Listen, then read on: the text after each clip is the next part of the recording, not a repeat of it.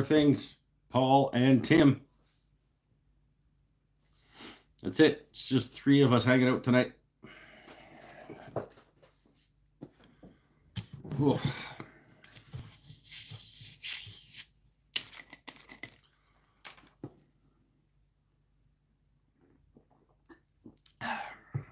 And also, hello to anybody watching this after. I don't say hi to those people often enough.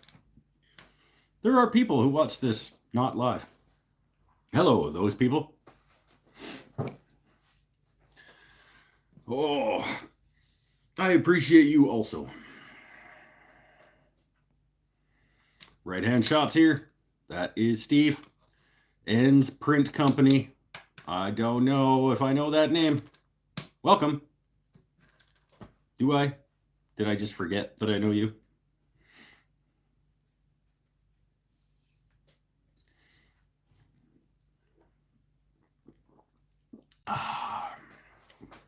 Welcome back to the shop. Bill Krulick's here from Opossum Creek. I'm thirsty. I was talking a lot today. Just got back from teaching a paint thing at a retirement home in the next town down. So I was there for all afternoon. I just rolled back into town, went, voted, came here, started show. And I'm not good at remembering to hydrate while I'm teaching because I'm talking and I'm instructing and I'm painting and I'm talking and I'm helping, and my throat gets dry and I forget to douse it. Hello from Norway. Blurred flu. Hello from Canada. There needs to be a damn button that says I already voted. I got one. I got a button. It's right here. Boop.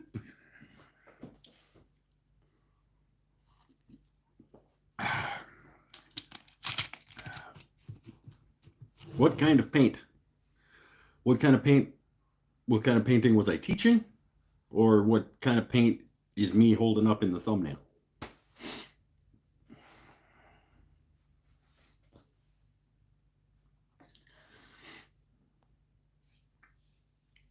Better to have blurred flu than bird flu. Yeah, probably. North New Jersey.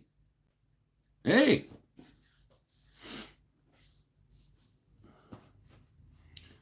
I messed up saying bird flu once, and that's how I got the nickname. Blurred flu. It's like, oh, somebody help me. I think I got the blurred flu.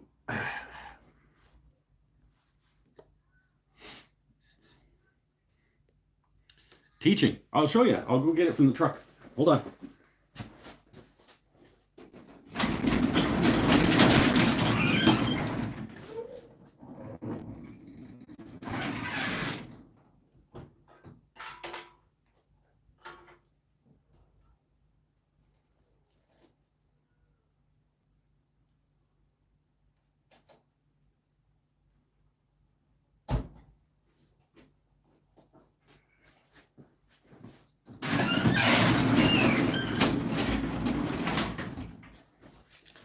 This is what I was teaching today. It's a bear, a little landscape thing on it. So this is the one that I did during the class. It's not my best work. It's not my best version of this because obviously I'm teaching and not focused on painting. I think it's pretty good. It's pretty okay. That's what I was teaching today at the retirement home.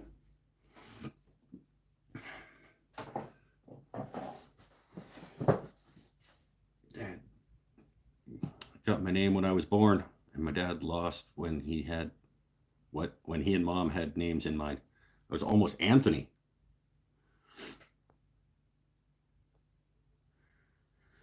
Oh, what are we talking? A nice 55. Todd's got a nice 55. That's awesome. Yeah, it's okay. It's pretty good. It's one of the kits that we make down at Crow's Nest. The ones that we make for sale are bigger, but retirement home their apartments are not enormous, so they wanted a smaller bear. So this is a smaller version of one of the kits that we make down at the shop.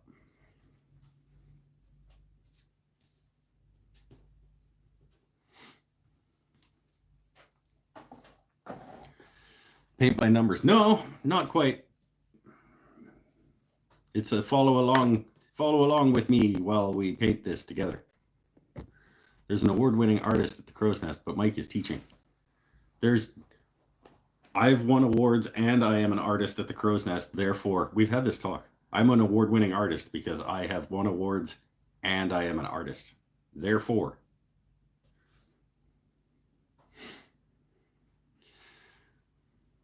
Dot, how you doing? Brian's here. Stanifer's here. All right. Oh, no making tonight. I'm not even.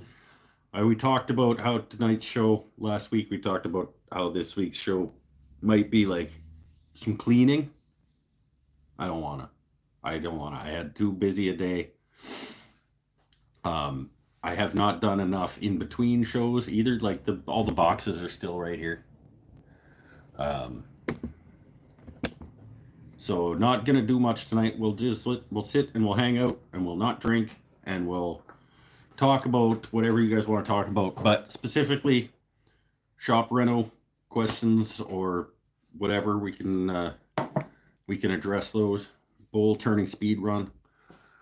No, I mean I could turn, I suppose. It's not too bad over there.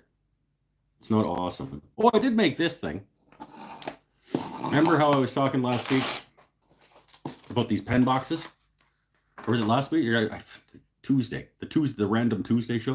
We were talking about these magnetic pen boxes. And how a lady wanted me to make one for her out of sapele to match the pen that she made in my turning class. So I did that, but she didn't want a window in it.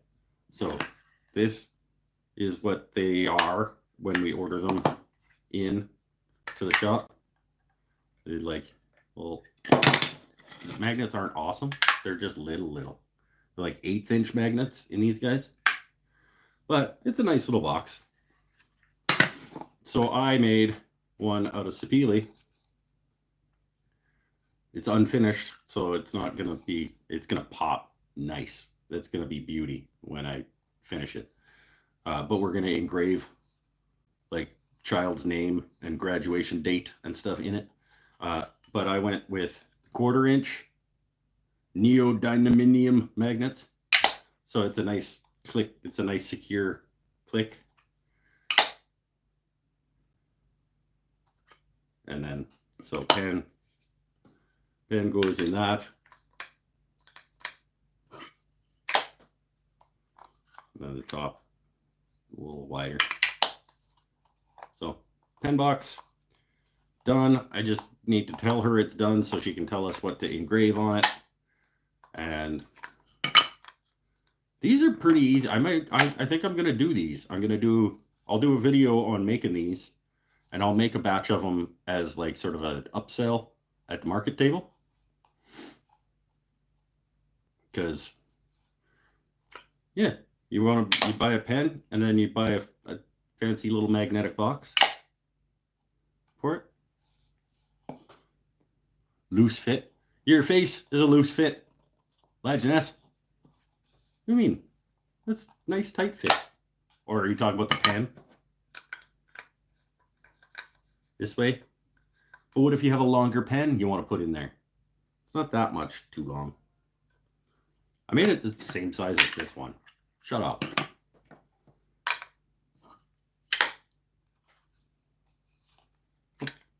I'm pretty happy with my first ever magnetic pen box. Thank you very much.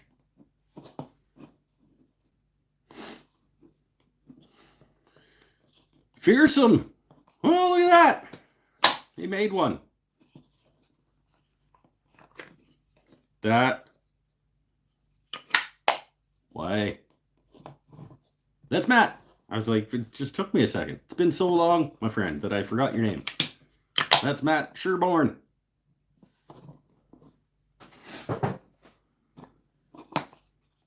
I know I like my fancy pen box, and I don't care what Lajeunesse has to say about that.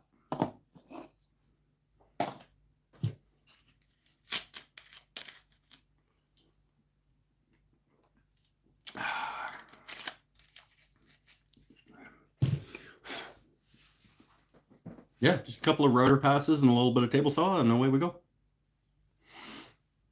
So, we'll have a video on that coming out at some point. I say these things, but pronounced Sherburne. No, it isn't. It's Sherborne. Top secret agent. Matt Sherborne.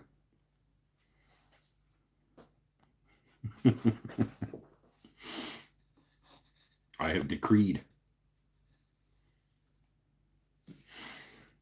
Oh, what's everybody else been up to this week? Anybody making anything cool? Doing anything cool? Put a bit of foam in to secure it. I'm put some foam in your face to secure. It's fine. Like this one, the one that she used, the one that, where's my pen? That's in the pen box. This is the one that she said, hey, can you make me one like that, except out of sapele? And it's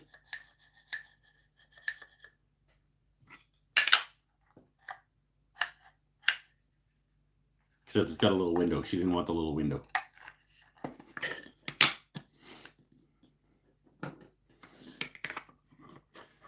Was just commissioned to build a custom Strat for someone. You don't build Stratocasters. Did you tell them that you don't build Strats?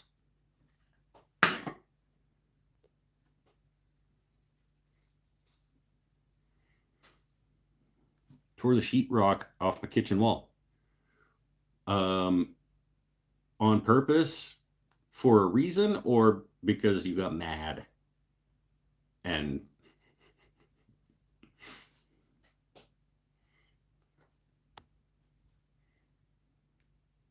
like, I'm sick of this sheetrock.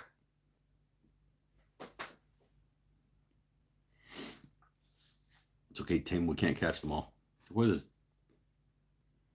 Tim talking about? Oh, are you talking about Todd? No, you're talking about Matt Sherborne. Can't catch them all. It's been a while. When's the last one you caught, Matt?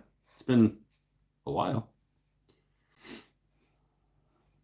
Made a bowl. What kind of bowl?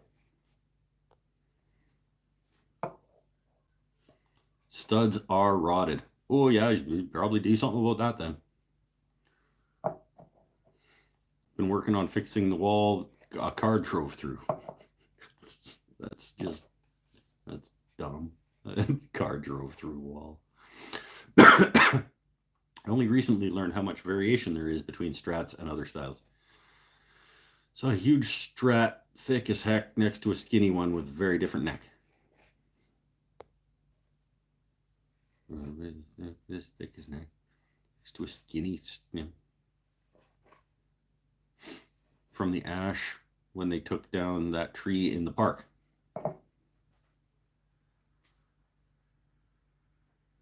I'm forgetting a conversation, I think. But cool. Ash bowl. I got an ash bowl. Like in here, even. Yeah. I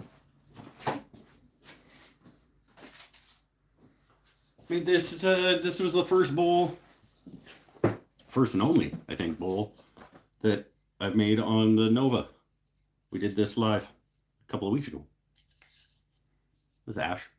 Ash is pretty. It's not.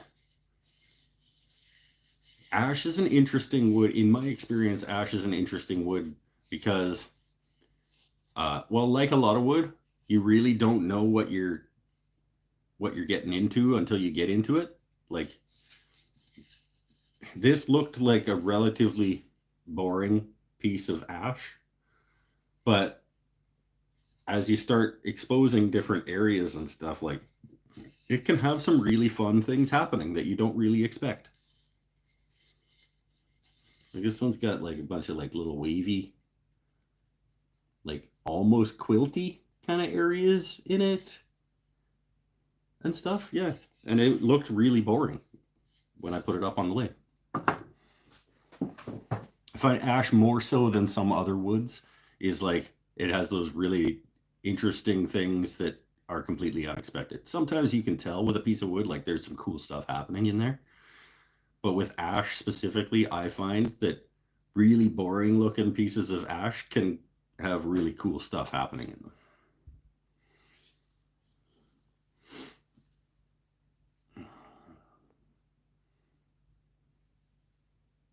Back when you were drinking, I picked up 2 logs. Oh, okay. So there was a conversation that we had. Yeah, probably 10 beer deep. I do build strats. Building this one with a Wingay neck. I wish you all the best of luck with not splinters. I only know that secondhand. I've never have I gotten a Wingay splinter? Maybe one, but I got it out real quick. It's notorious for poisonous splinters.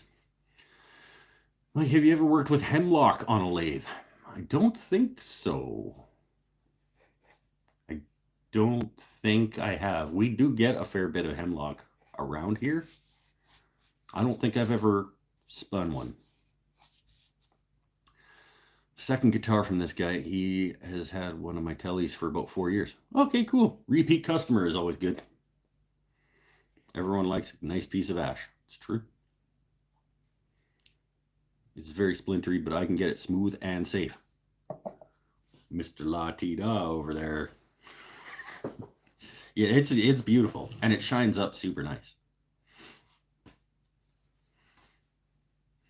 Most of the furniture on my porch is made of ash. Some of it has some nice curl. Yeah, it's in weird places that you don't expect it. Like all of a sudden you just be like, whoa, what's that? It's cool. It's a cool wood.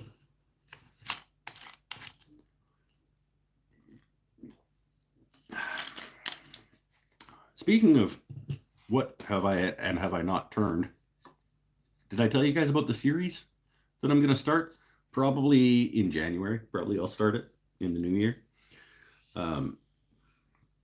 Where I spin a piece of wood and I talk about the turning, specifically the turning properties, but generally the working properties of different species of wood. So, and I think I'm going to call it how's it turn? And so it'll be like, we'll do cherry and I'll turn something out of cherry and I'll talk about how for me cherry works on the lathe. And I'll just do a bunch of different species of wood and talk about like, yeah, this one's super hard and nasty and it splinters out real good. So you got to go slow and blah, blah, blah, blah, blah. And do a series of turning videos where I talk about species. Tony Lopez, how are you, my friend? Is it cool to see some of the OG followers are still in the comments? Yeah. I get the regulars still. Been a while for you as well. Fearsome Warriors here. This is like old school night. We got some new peeps as well, but the old Bill Krulick's here. We need an Amy Gersh. I saw Pinnell at one point.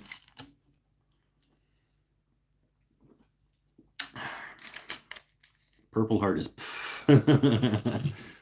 Don't turn a lot of Purple Heart. Pens mainly. I don't know that I've ever made a bowl out of a piece of Purple Heart. I feel like... I don't know why you would want that. Purple Heart pens are great, but I don't want a Purple Heart bowl.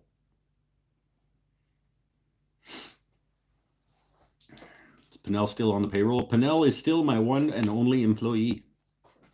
Yes, in fact, he is on the payroll.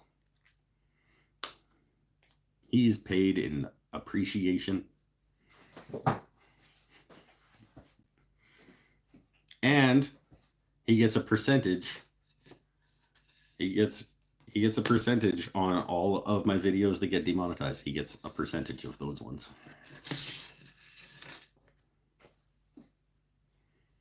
Would make for a nice feature in a segmented turning. Yeah, little accent bits of Purple Heart would be fine. I don't want a Purple Heart bowl. Maybe a little ring of Purple Heart around the top of something else or something, maybe. But nah.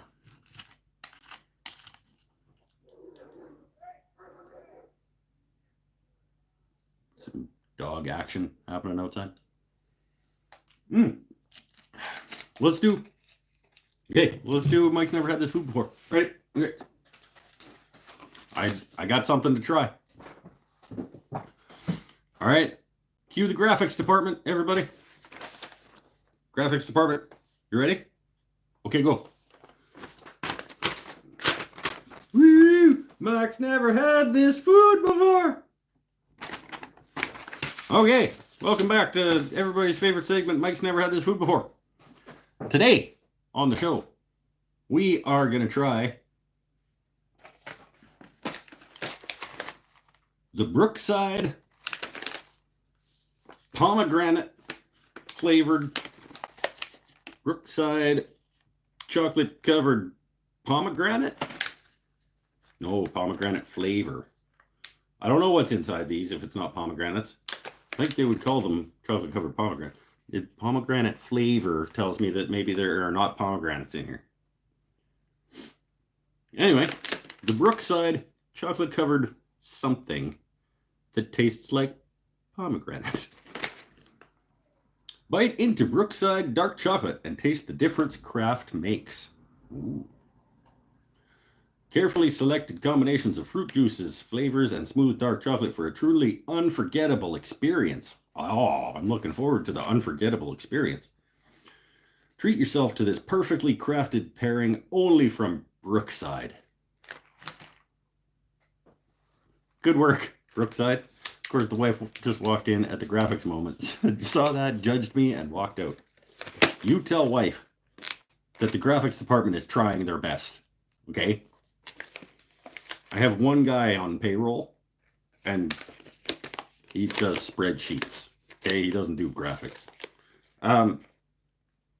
So, Brookside pomegranate flavored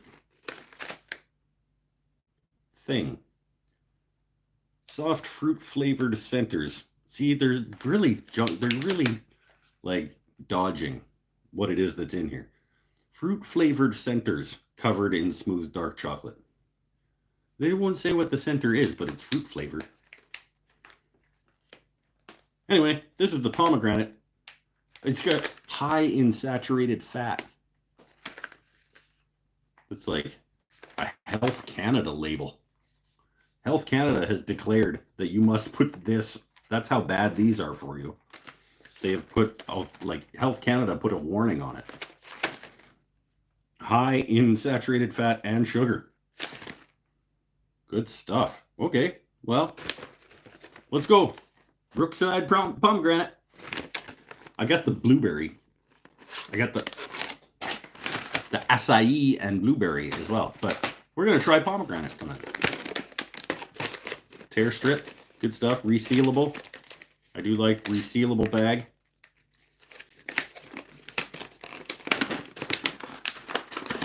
Very small.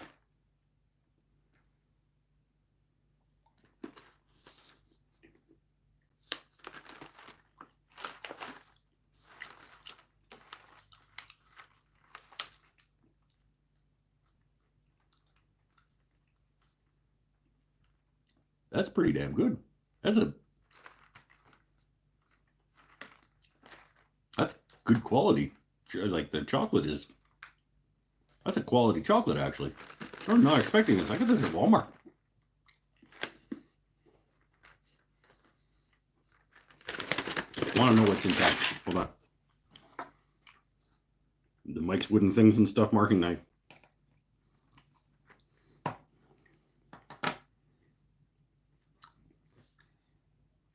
Some sort of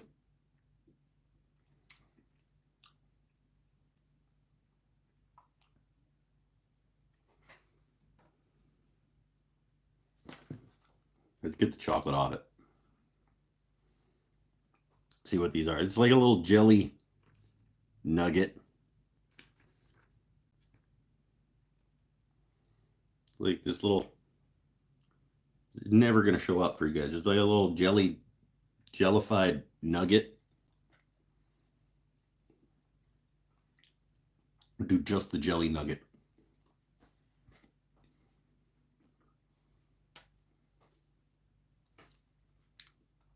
It's okay. It's a high quality chocolate coating though. These are pretty good.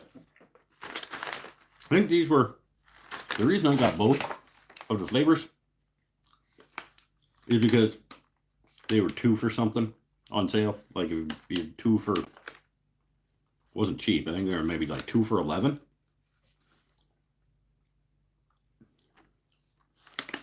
That's quality though. That's a quality, that's the highest quality chocolate snack that I have bought at Walmart.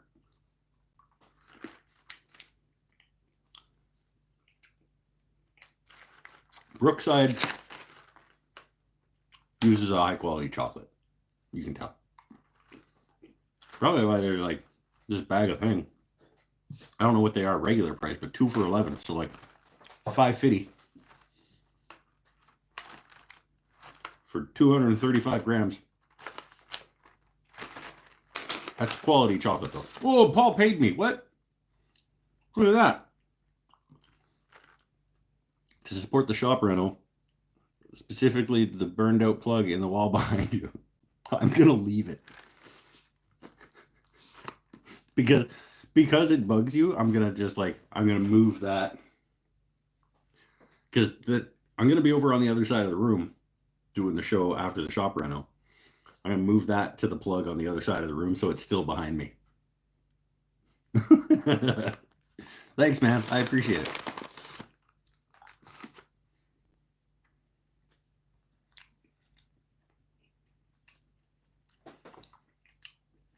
Eric Kabakaba's here. The birch tree looked down and said, that looks to me like the son of a beach. Beech tree looked down and says, what? That's some kind of joke.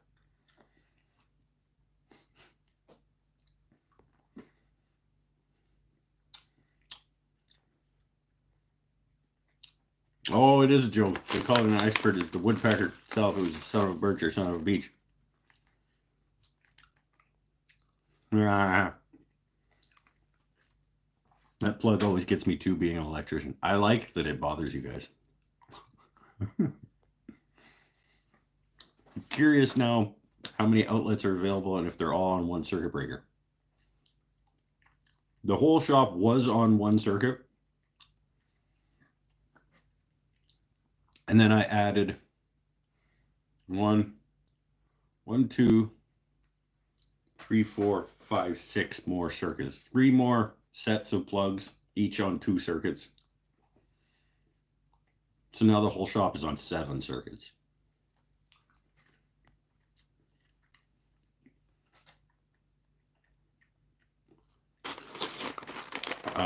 So I have 4, 5, 6, 7, 8, 9, 10, 11, 12, 13, 14, 15, 16. 16 outlets on 7 circuits. Well, and then the ceiling.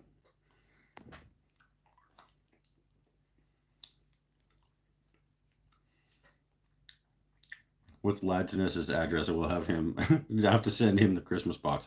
No. Just worried about your safety. It's fine. I don't plug anything into that one. That one. When the shop rental happens, I will throw out the soup box that's plugged in over here.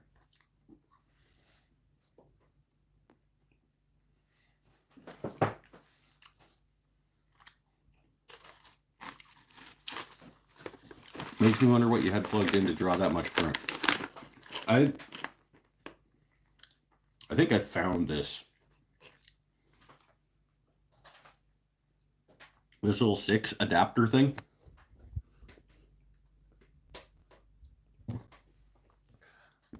I think I just like found it in a box and used it. And I was like, I'll just not use that corner one.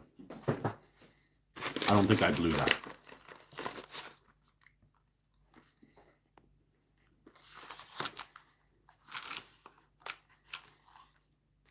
Can you cajole Eric into upgrading electric? Like one more breaker and you're so much better off. Well, Eric is in Australia.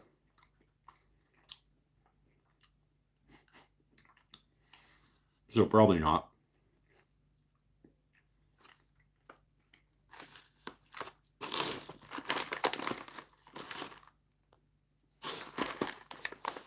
I got fine. This space heater on an extension cord. Space heater has never been on an extension cord. You're 110 volts, right? Yeah. You're 240 everything? We can do 240. But most of ours are actually 120. But yeah, people just call them 110 because that's what they are in the States. But I think they're 120. 120, 240.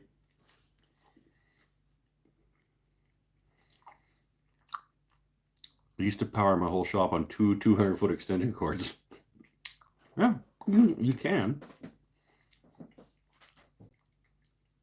Wait, who's the local guy who filmed for me? His name is Mike,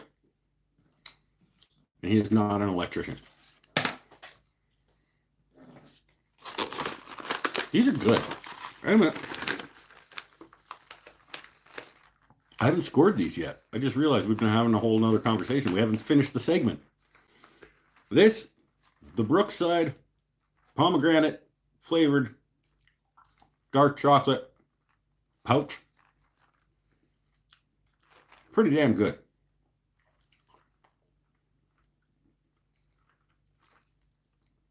I'm going to say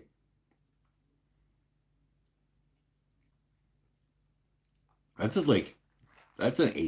That's a good chocolate.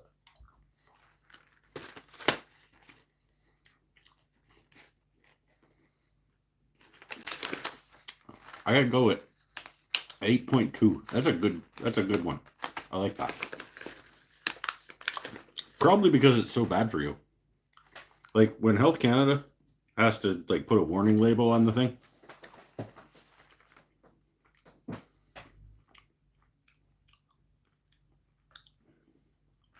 It's probably pretty bad for you, but probably not supposed to eat the whole bag either. Oh, the nutritional facts are per 16. And I'm already past that, but 23% of your daily saturated fat intake in 16 of these. A quarter of what you're supposed to take in for saturated fat and sugar. 24%. 24% of your daily sugar intake in 16 of these. Whew.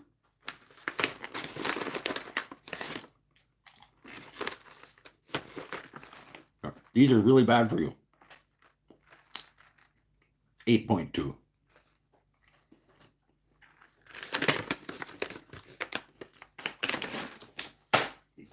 Yeah. And that has been this edition of Mike's Never Had This Food Before.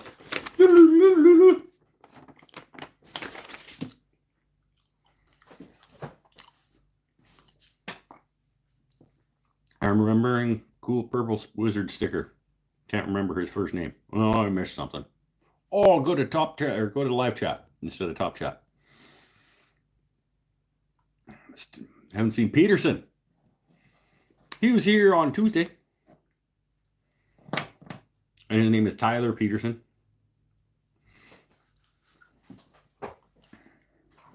I think he's got stuff going on Saturdays. Because he made it to Tuesday's show, and I think he came to the random, like, Monday or Wednesday or whatever show that I did. I think he's busy on Saturday nights. With his cool friends.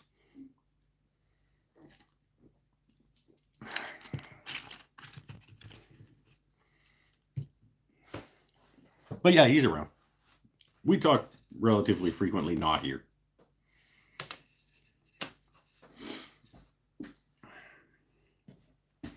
I will be seeing him next Saturday night. Next Saturday night, there's no show. Next Saturday night, I'm running a market down at the Crow's Nest. Tyler will be there with his wooden jack-o'-lanterns. It is the witchy market. It's all the spookies and pagan-y things and nature-y things and stuff market. It's our pre-Halloween that we do every year. Big day. Big market. A lot of people come through that one. So no show next Saturday. But maybe we'll just do another Tuesday or something thing. Do live from the market? No, I gotta be working. Like, it would only be like a 4-minute walkthrough of the market, and then I would have to shut it down to be at work.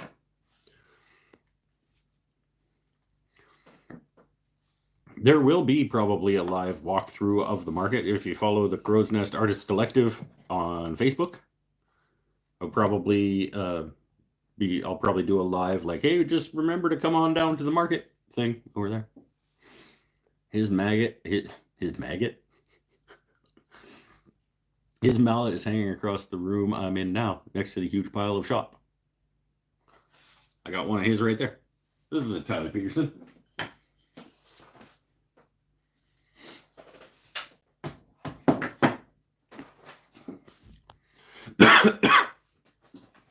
Matt, did you win the giveaway one? The one that was made from the offcuts of my... it was cherry and maple and it was offcuts from... Oh, it was offcuts from the segmented bowl, I think. Went into that mallet. That was the giveaway for 5,000 subscribers? Question mark.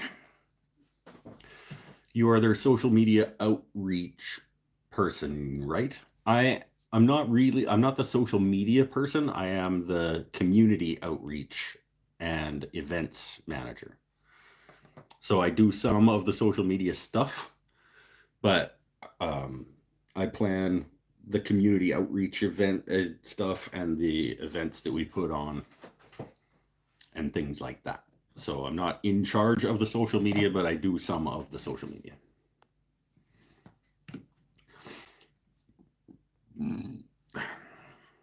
I worked for just over 3 years as an electrician, year of industrial union and 2 as residential. There's little difference between experienced people and homeowner who cares. Yeah. I have a wood by right mallet, and James even made a video of himself making it. Mr. Latita over there with his wood by right mallet made on YouTube.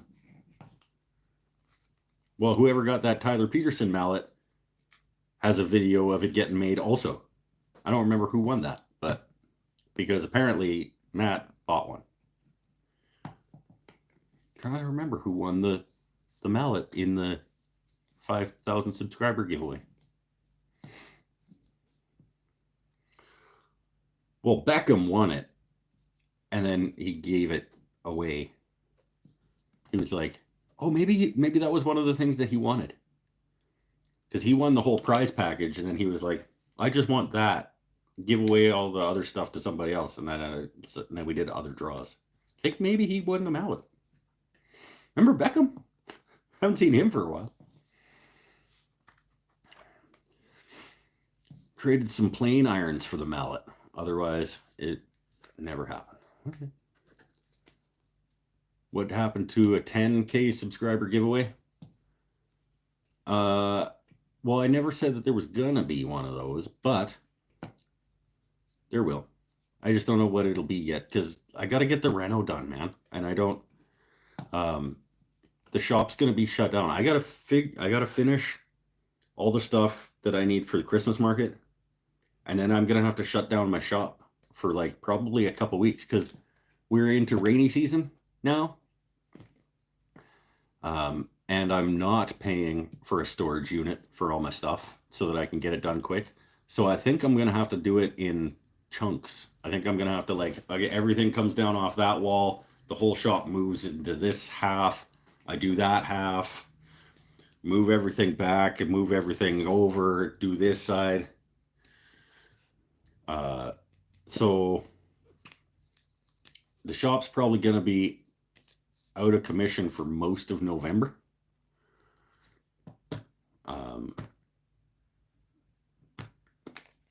Maybe I mean, if it still makes sense to do a 10,000 subscriber giveaway in January, when by that point, the way things are going, I might be at 15,000 subscribers.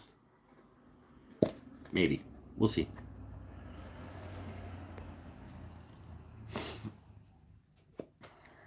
Dang, it's the bearded dragon and his lizard people. No, that's Tyler Peterson. He's like the somebody wizard lizard. He's a big fan of that band.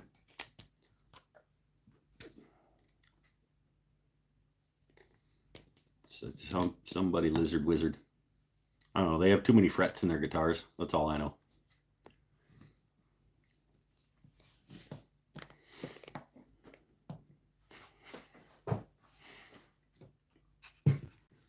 Yeah. So the shop reno is still happening, but I am, instead of gutting the place and doing it all in one go, I think I'm gonna have to do it in chunks and keep everything inside the shop while it's going, which is kind of a huge hassle.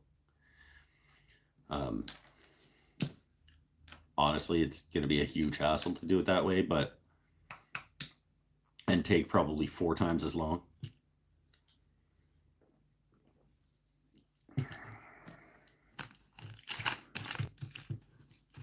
Yeah, it's not gonna be fun, and it's not gonna be as cool. Like, I want to gut the whole shop and get everything out so that not everything can come back in. That was part of the reason for doing it, was to get rid of excess stuff too. And I can still do that, but it's way easier once it's out to not bring it back in than it is to get it out in the first place. I was in the shop all day, gonna go right back as soon as the grain raising dries. Not a guy. Bring us with you. We can go hang out in the shop with you. Filming shop reno make it even less fun. Yeah. It's gonna be a Mikey B film though. I think Mike B is gonna be the filmographer again for that.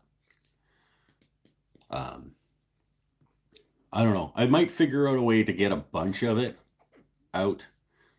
Like, maybe I'll talk to my parents and see if they want to park in their driveway for a week or 2.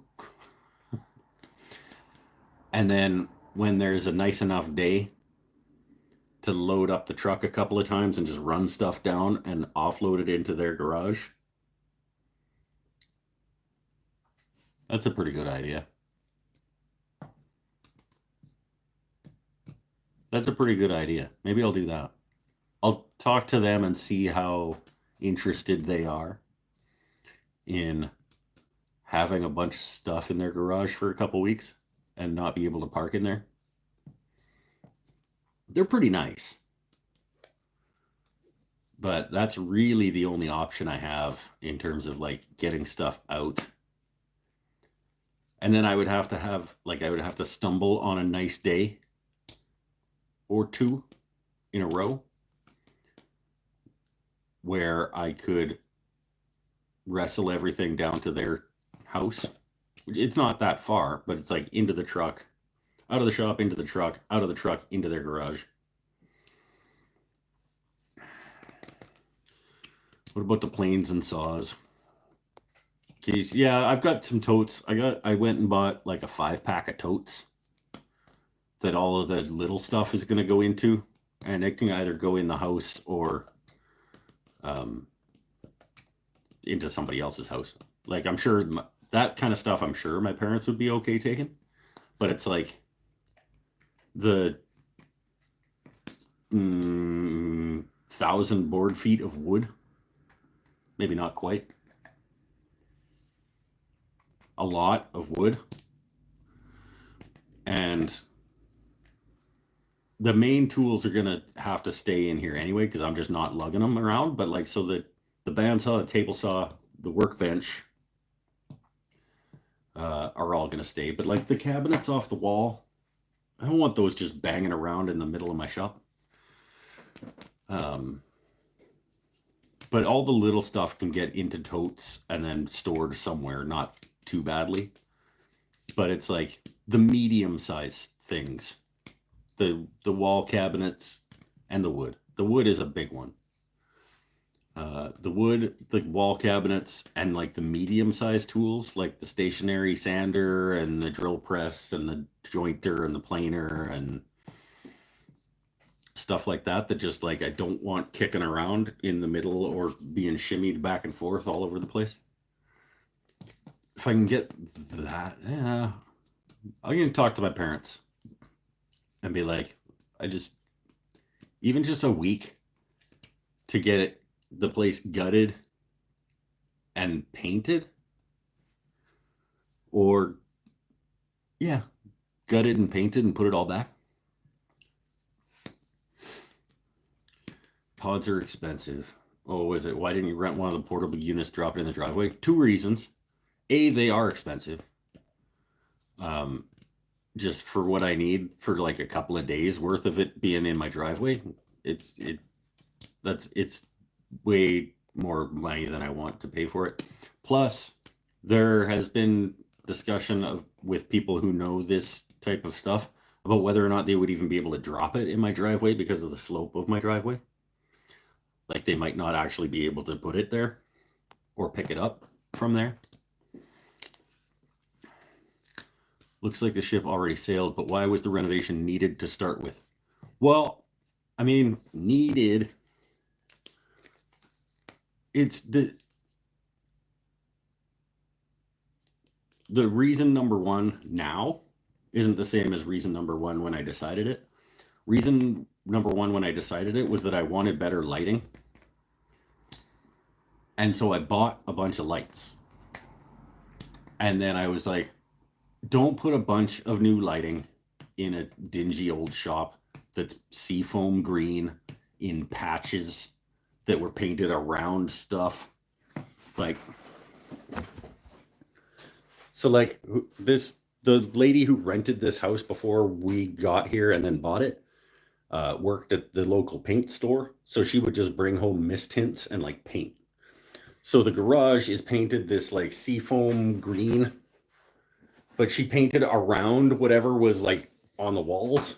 So like that corner, it's like there was a shelving unit there, so she just painted around it. So there's a lot of like those type of patches.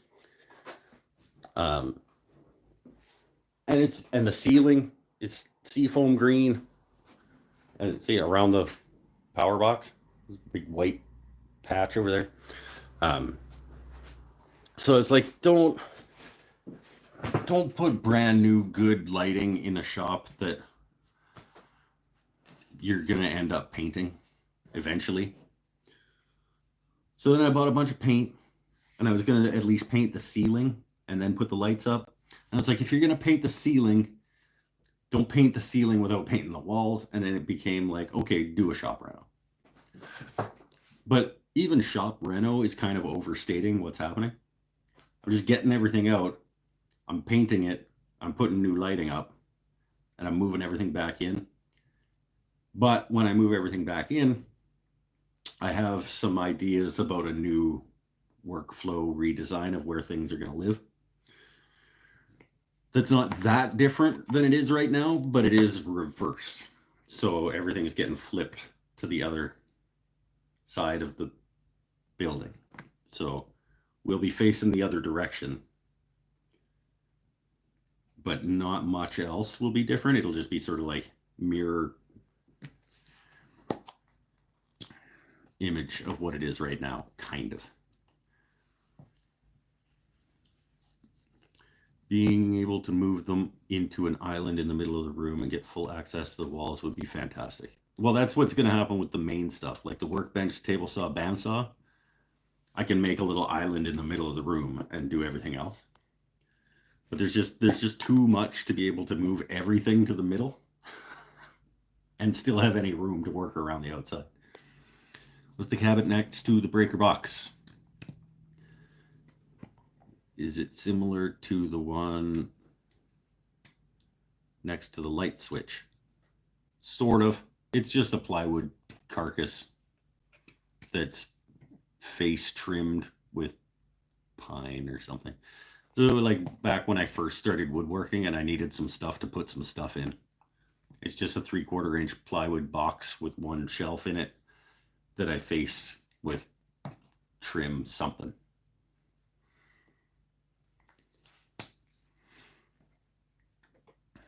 Right now it's got my bins of various screws. It's got my Lee Valley catalogs. It's where I put my drills and drivers and my sanding mats. That's about it. It's not very useful. Renovation is an excuse to do the work you love. You'll enjoy the process of making it new. Well, that's the new reason. The new reason for the reno is to rejuvenate. By rejuvenating the shop, it's hopefully going to rejuvenate my desire to be out here. And like, you want the space that you're spending your time to encourage you to be there. And right now it just doesn't. Like the environment out here is not conducive to productivity in terms of the way it makes me feel to be out here. So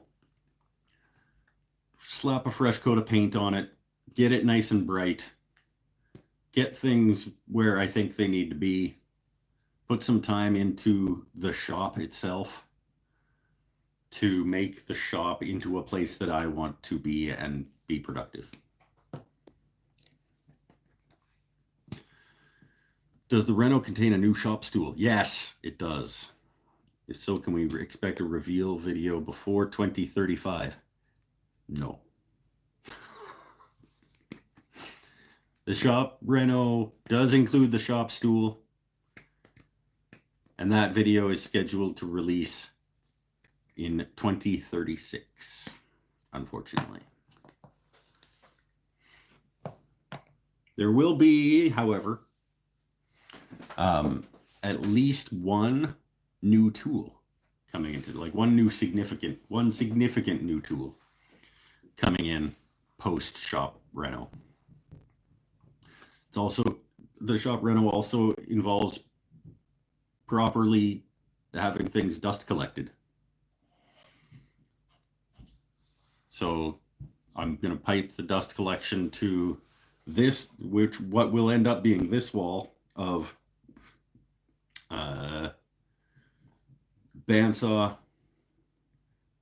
drill press, jointer, planer, and new tool.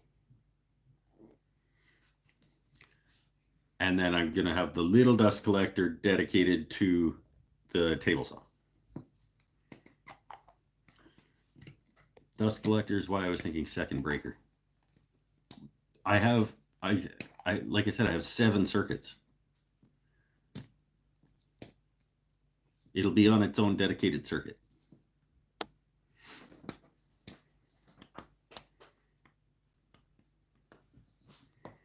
Our gang says, I'll catch the replay. Can't bring you into a noisy shop with spinning parts. Well, you can, but I get you. I understand. Yeah, dust collector, but each dust collector will be on its own circuit.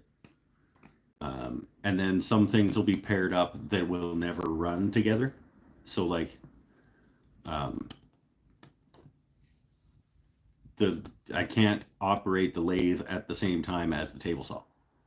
So those might end up being on the same circuit. That kind of thing.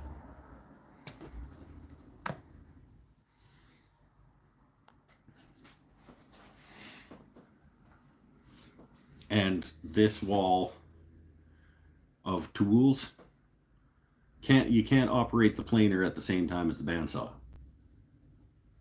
Or you can't, I mean, so I really only need 2 circuits for everything that's going to be on this wall. One for the dust collector and one for all the tools that it's collecting dust from.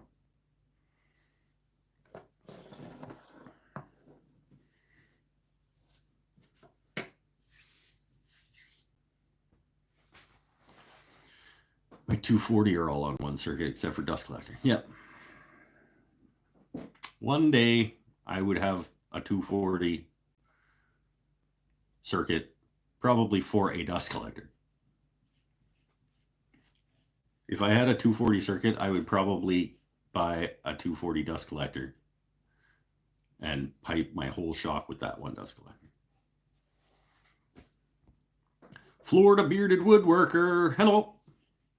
How are you, my friend, after the big storm? I'm assuming, based on your name, that you were in Florida. Everything okay? I hear tell that it was not awesome.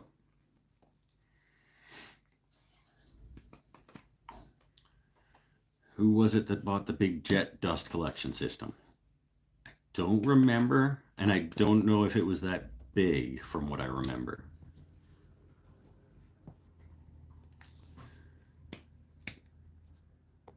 I have my mini split, dust collector, bandsaw, router table on 20 watt breakers and 2 15 watt breakers for lights, lighting, and quit.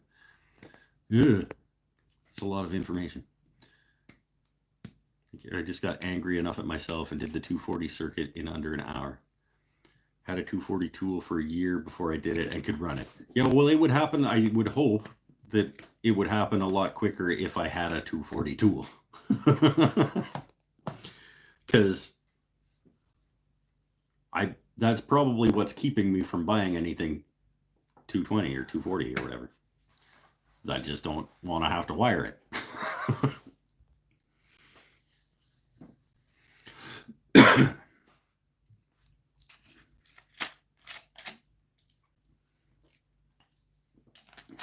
Also, however, 240, once you get into needing something that runs 240, the tool itself is probably more expensive.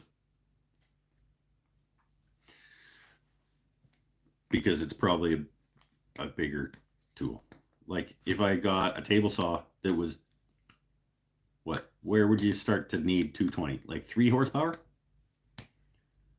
Is there, yeah, I would say once you get up to like 3 horsepower, you probably want to be on 240.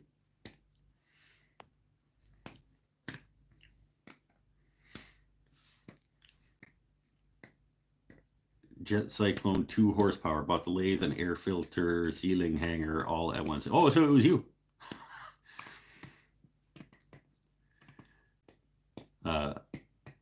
Yeah, you, hey, Matt, you haven't been here since I got the Delta box. Look at the new Delta box.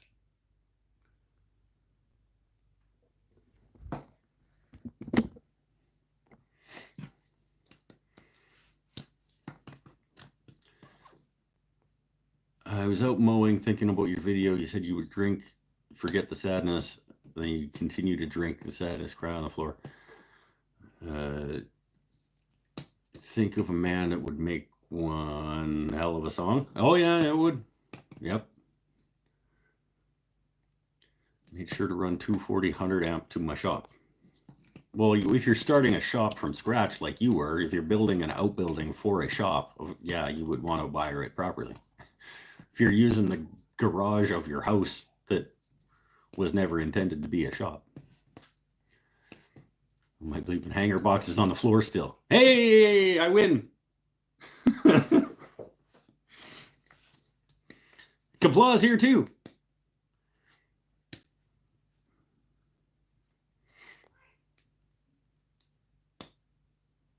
Somebody's yelling at somebody.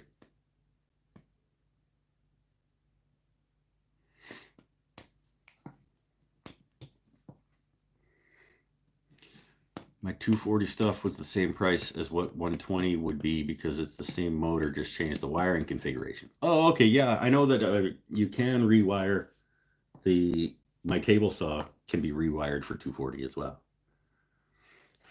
Not stop thinking about you. Well, thanks. I appreciate that, I guess. Don't let thinking about me distract you from other stuff that you need to do. Got the chair and hooks, all of it ready. Boards are painted across the rafters. Just haven't done it. Matt. The chain and the hook. I wouldn't have been able to use my shop if it was like it was on my table saw for longer than I wanted it on my table saw, and I was like, I got to get this out of my way. And that was only like 3-4 days. I used my dryer plug for 240. Yeah, that'd be good. I have an extra 240 circuit in my house because whoever made this house wired the downstairs back half of my house. I'm sure that it was wired with the intention of putting a suite back there. So there is an extra 240 outlet that I think was going to be for a stove down in that back room. So I have a 240 or 220 or whatever that I could reroute, or could have someone reroute out here. Because we're never going to put a stove back there. And there's a stove plug.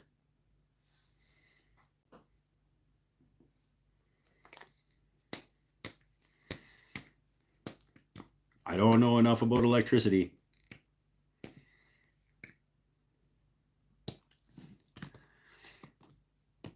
See, this is why I don't know. See, you guys are like, yep, what? Nope. 220 plugs are different based on the voltage they draw. Not interchangeable. Make sure you can not plug a high one into a lower one. I don't know. Obviously, I'm not going to just do it. But what I'm saying is, I have a stove plug. I'm pretty sure it's a stove plug that is never going to be used. So couldn't I reroute whatever power is going to that plug to out here?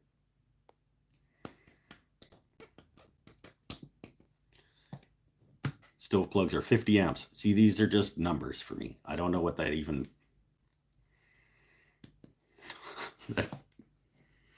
That's just a thing that you said. I don't know.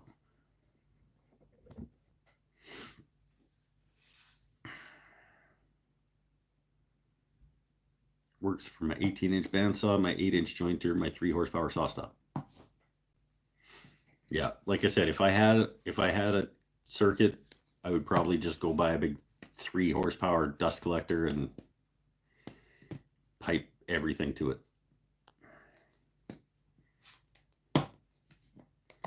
I'm gonna have a smokerette.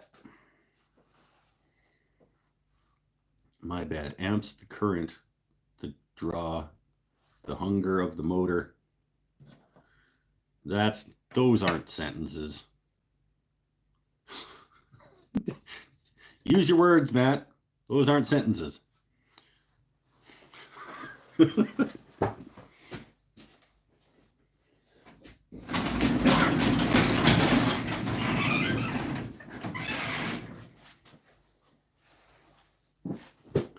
One of them's a resistance thing, right? Like, or the size of the wire. Like 240 is how the amount of power that goes to the thing. The number on the breaker thing is like how much power can go before it trips. The diameter of the wire that's going controls it. It's like the resistance of how much electricity can go or something. I don't.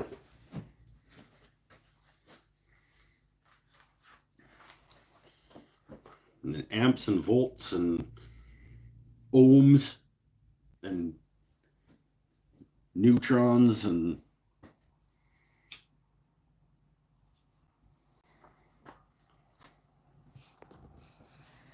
I think I'm going to run a small sink in the shop. Oh, running water would be awesome.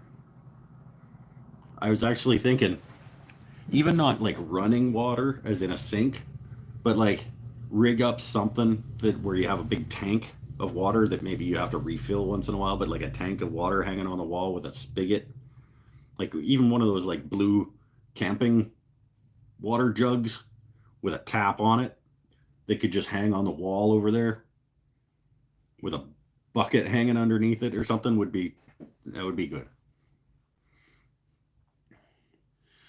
I went 2 horsepower dust collector because it was all a saw stop needs, and I had a chicken before egg moment when wanting that. Sure. Yeah, if you, I mean, plan for the future. Amps equals watts divided by volts. I believe you. Still doesn't.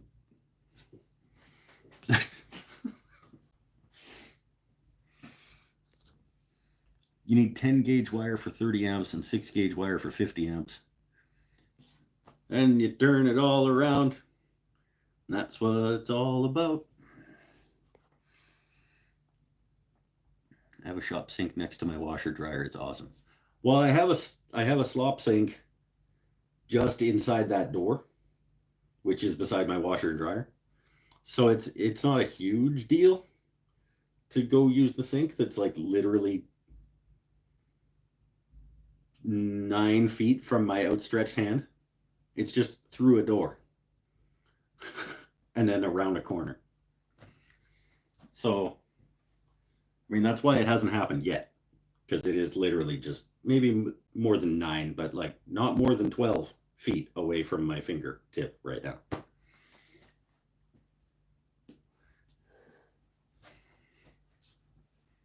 The hanging tank seems like a better idea. No frozen pipes that way. Yeah, see?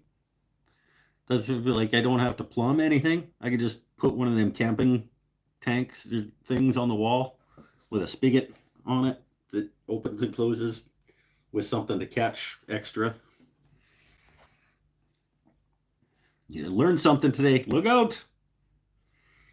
It's not against the rules to learn things. It's against the rules to come here with the explicit purpose of learning something.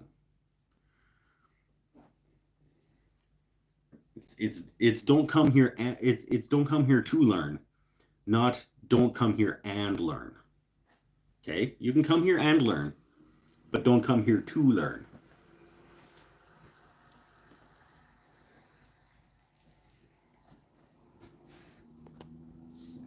And even like maybe that'll change now that I'm not sitting here just getting hammered all the time. Maybe I could actually like do some teaching. When I get the shop done, it'll have a bathroom. What? It'll have a bathroom with hot and cold water. Ooh, look at you. That's it. I'm leaving. I did not come here to learn. Yes, you're not supposed to come here to learn. That's what I'm saying.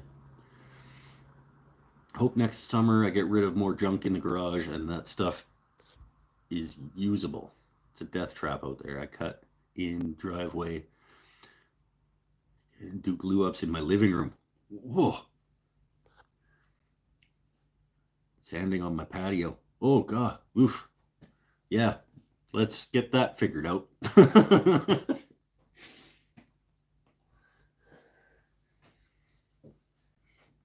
I mean, when my garage was still kind of garagey, I did do finishing in the inside back room or on. I have a video. Oh.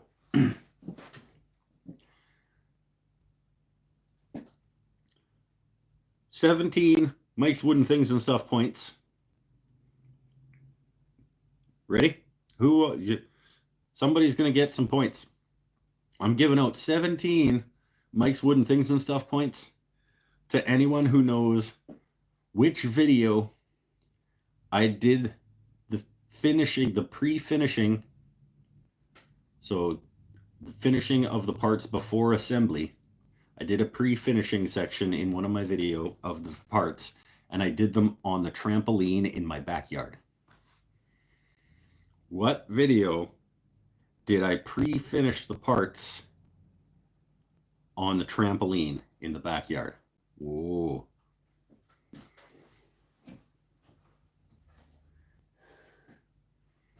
I just remembered that I did that when you said that you had to do sanding, yeah, and finishing other places. Funnel, rubber hose, hole in the wall, a shop urinal. There, yeah, see? And you put that funnel under your big camping jug on the wall, and then it rinses out your urinal as well. You just turn the tap on and it.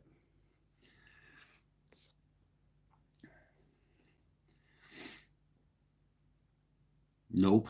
Todd says nope. You don't want the 17 points? Is that what you're noping?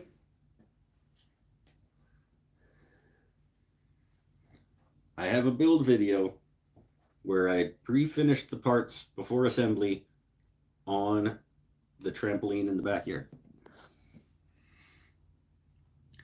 I wish I got rid of my Mustang, but it's 31 years old in perfect condition. Never driven in winter. I'd feel so bad selling it to someone who destroyed it a year or two after it made it this far. Yeah, okay. Well, sell it to somebody who won't do that then. Just put in the ad. Just put in the ad like, I'm going to be picky about who I sell this to. And then be picky about who you sell it to.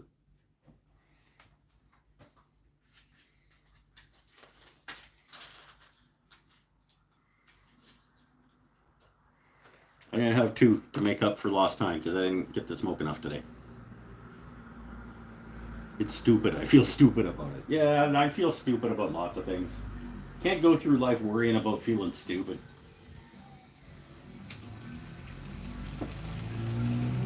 You go through life feeling... You go through life worrying about feeling stupid, you'll never do anything stupid in life. Like, you need to do stupid things in life. You need to feel stupid sometimes in life. Whatever's happening over here is going to get me demonetized. They're playing their tunes too loud. Hold on. YouTube's going to recognize whatever song that is, and I'm going to get hit with copyright.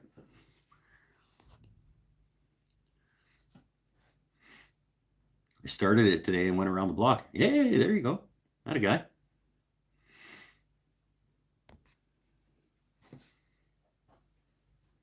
I've had it up to 130. Got stupid covered. Yeah, that sounds pretty stupid. I wonder if they shut it off.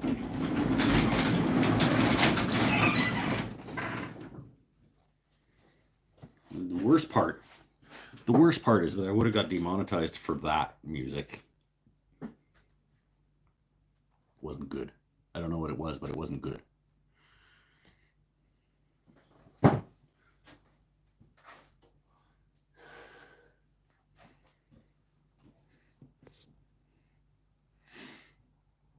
Yeah, I mean, shops are always a constant issue for people who have shops.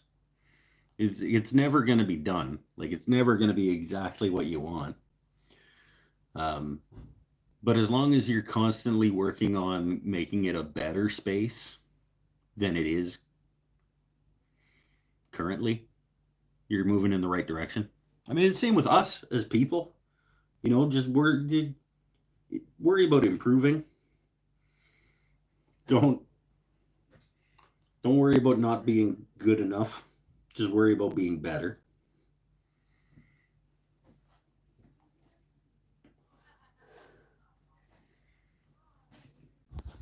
You get monetized for 3 people watching. I get monetized for everything that I do unless I do copyright infringement.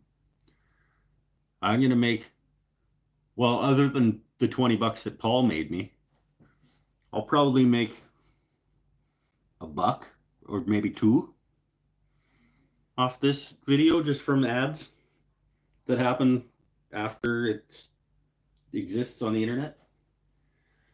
I don't make much during the live show other than you guys chipping in a couple of bucks here and there, but when it lives on my YouTube channel and then people watch it after the fact, ads get shown and then YouTube gives me a percentage of that.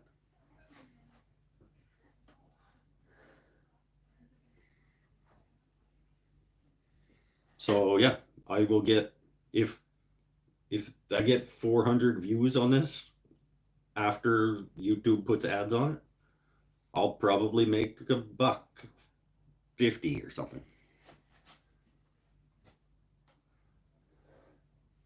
And I'm not risking that $1.50 for that nonsense.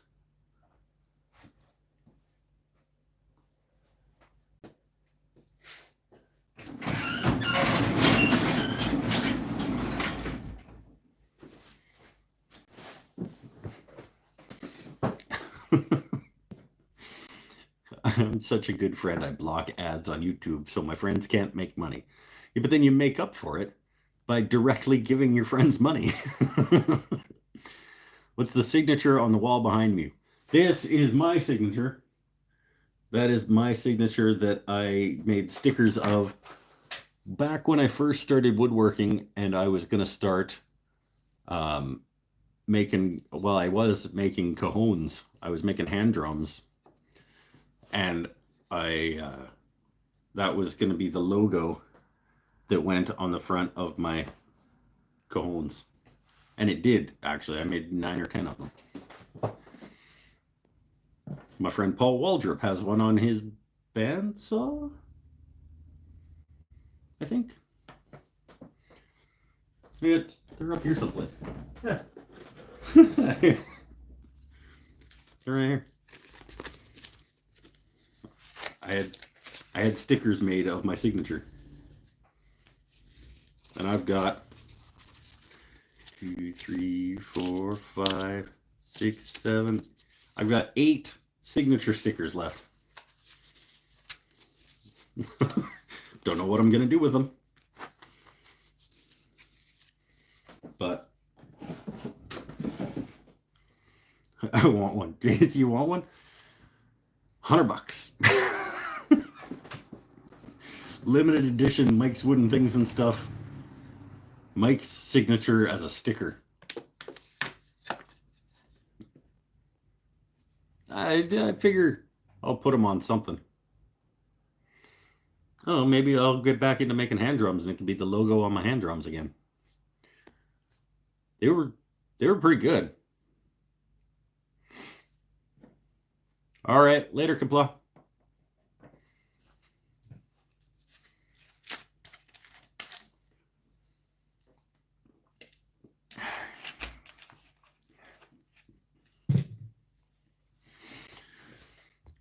You're encouraging me to stop drinking. It'd be good to see my signature in your shop as a reminder. Okay.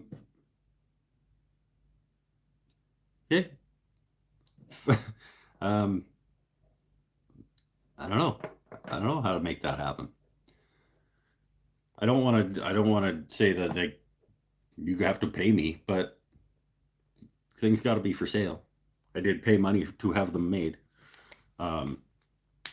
Send me an email, woodenthingsandstuff@gmail.com. Tell me what you want to pay for one, and I'll send it off to you.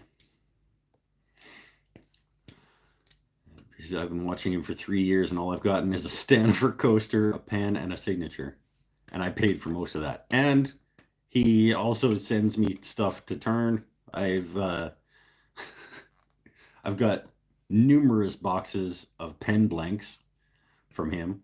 He made these little handmade hand planes, these little brass hand planes that he made.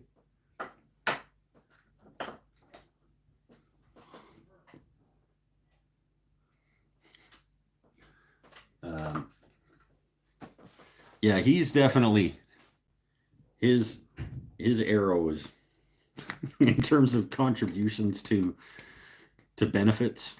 He's on the wrong. The needle is on the wrong side for sure. Fearsome warrior. I should buy a bowl. You should buy a bowl. Once I do my market table, I'm gonna put everything that I have from markets and things back up on Etsy. So and I will give you a discount.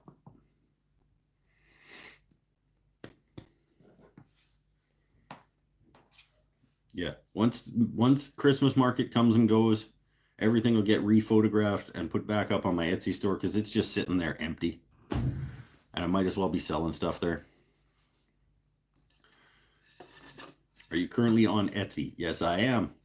Tell you what, Jason, you buy you can buy a sticker and a Mike's Wooden Things and Stuff calendar. You can have not only my signature on your shop, but you can have this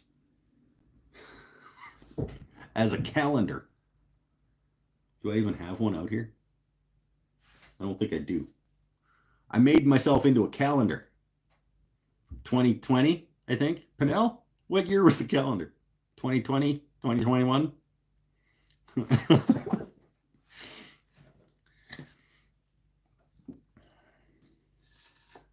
Is it 2023? I don't know. 22? I don't remember. A couple years ago, I had a friend of mine wanted to take photos of me making stuff in my shop to pad out her portfolio, her photography portfolio, and I made those into a calendar. Sticker sounds great. Burn. Nice. They're good photos. And I'm fully clothed in all of them. And you'll be able to reuse that calendar in, I don't know, how often does it cycle around that you could use the same calendar? Like 20 years or something that you can use the same calendar?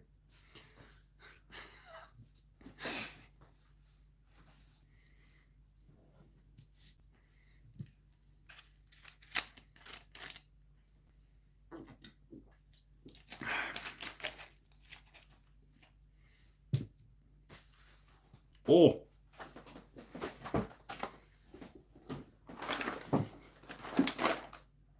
it's not Mike's never had this food before, but I did re-up my pretzel stash, my peanut butter pretzel stash. This was one of the first, probably like the third or fourth. Mike's never had this food before because somebody recommended it here on the show. The Costco peanut butter pretzels got like a 9. These things got like a 9.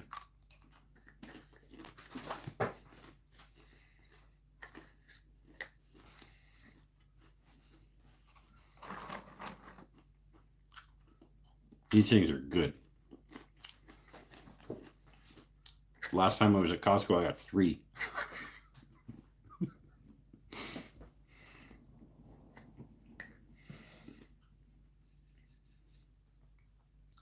They're good.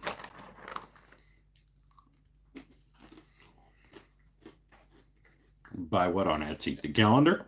Is it on there still? I thought I took it down. I think the only thing on my Etsy store right now is the coasters, and those are like made to order.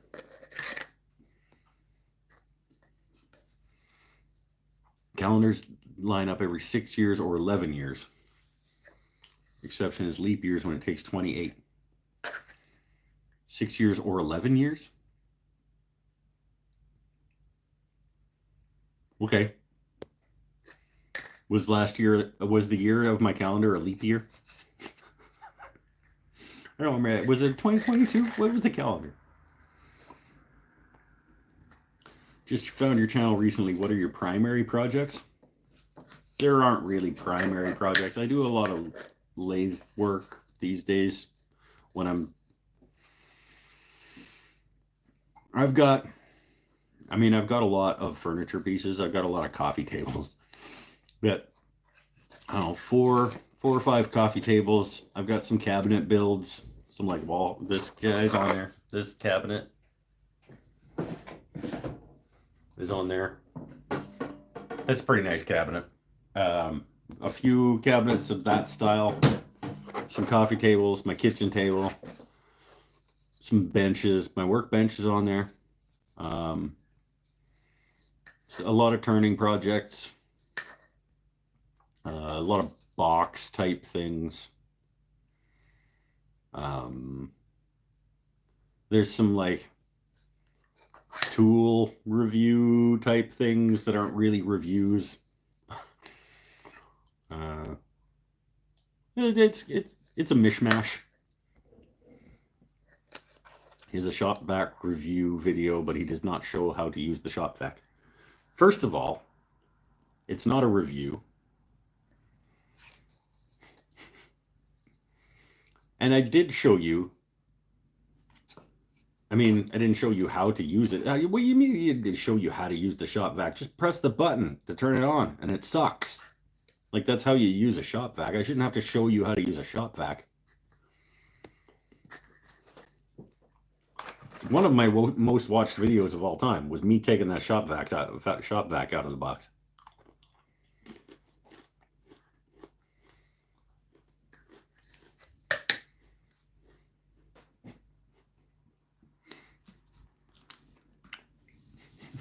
I just bought a DeWalt new Sonic shop vac. It's a DeWalt shop vac, that video. It's not the Sonic, but it's like I got it at Costco or something. I was like, I might as well record myself taking it out of the box. So I took it out of the box and I vacuumed out my bandsaw. Like 100,000 people watched that fucking thing.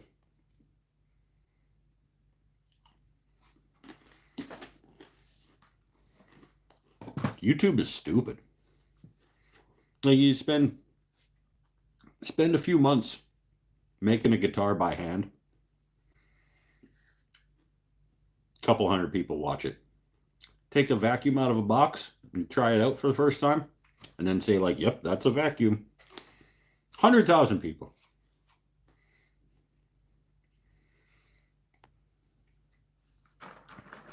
Oh yeah, I made a guitar. That's on there. I recently bought a 1.5 gallon shop vac. I'm gonna mount my lathe to a stand, and if using it with a 5-gallon bucket for dust collection on the lathe. Oh, okay, cool.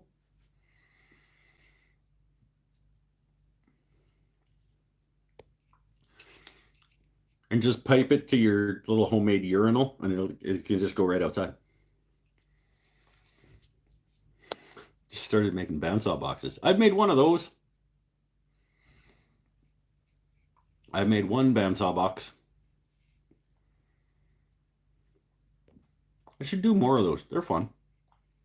I agree. They are fun.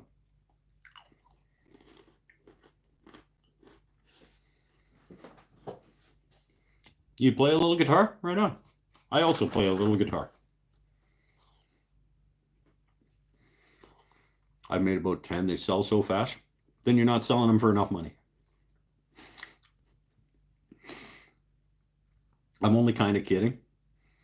Generally, if I make stuff and if I can't make it fast enough to keep up with the demand, then I'm selling them too cheap.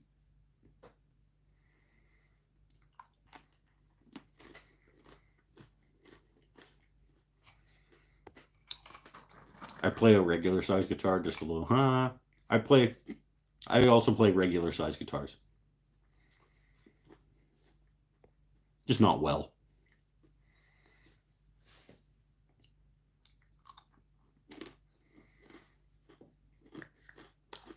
Jason, last name?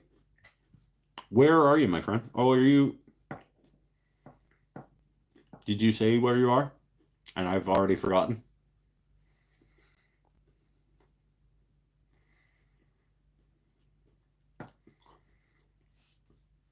People say I'm too cheap. Wrong too. But it makes me happy to make a little money and people like my work. It's part of it. Happiness and joy is part of what you're selling it for. So yeah, that's worth money. Well, it has value. Let's just say it has value.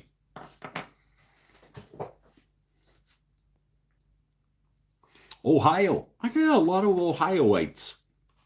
Ohioans. Ohio. I've done this so many times. And I don't think I've ever established.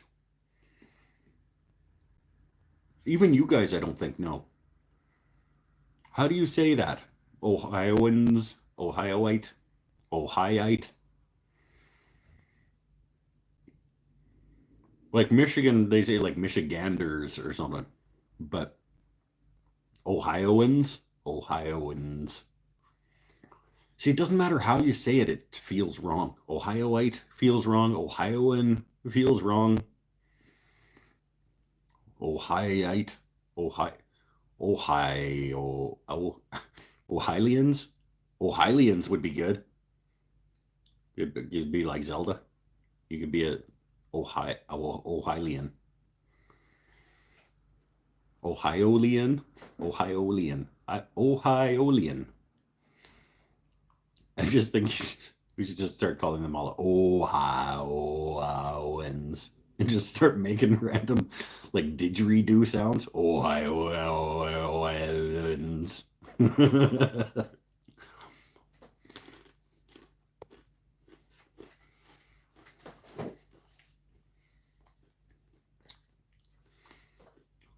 Eric Habakabaka, you got a didgeridoo? Because why not stereotype the Australian?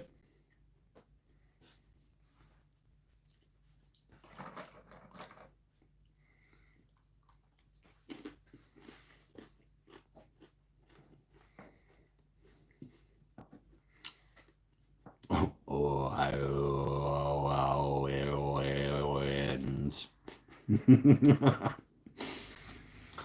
You saying he has a boomerang too? Yeah, but it's for hunting kangaroos.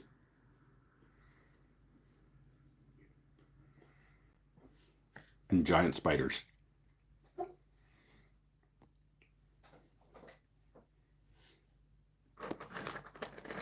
I'm assuming.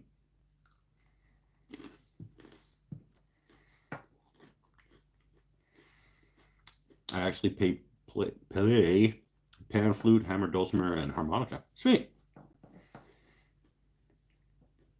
Did you make your dulcimer?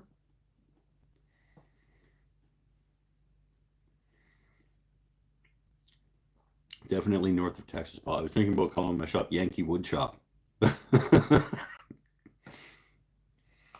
Yeah, I think that one did get taken before you got to it. I own a pan flute, a zither. I don't know. I think I know what a zither is. Several harmonicas.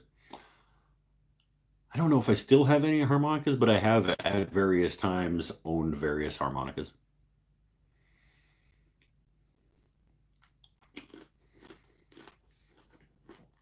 I have, some would say, too many guitars. They would be right. We were actually talking not that long ago about whether I should just harvest all of the parts off the guitars and just like burn them, or if I should sell them and try to recoup some cost, because they're all just like cheap, like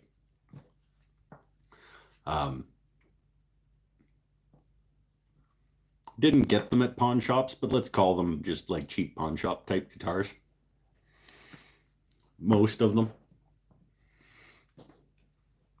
And so like really I got them to harvest the parts off of for making guitars. But I haven't convinced myself to do that yet. So I mean, if I could sell them for $100 a pop, which is probably what I paid for them, I could put it towards other stuff. How many what of your favorite one?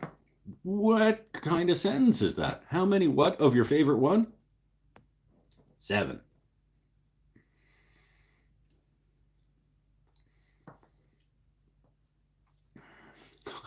The zither is similar to a dulcimer. Oh, okay.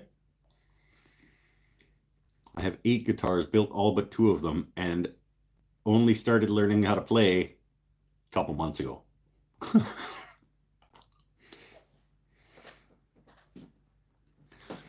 Sorry, how many guitars and which one is your... Okay. I don't know.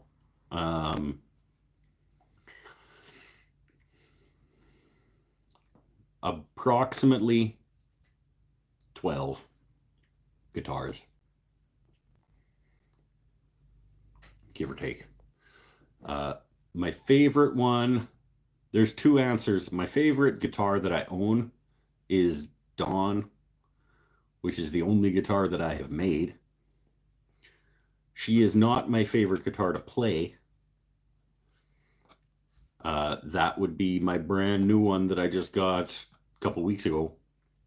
It's my Takamine. Is my favorite guitar to play. But my favorite guitar to own is the one that I made. I have 3 electric guitars, 2 acoustic, 1 resonator, 1 bass, 1 violin, and 1 mandolin. I have, okay, acoustic guitars. I have the Takamine, the Fender Malibu, the Ovation Celebrity, the Fender Teleacoustic, the Beaver Creek, the Tanglewood 12 string,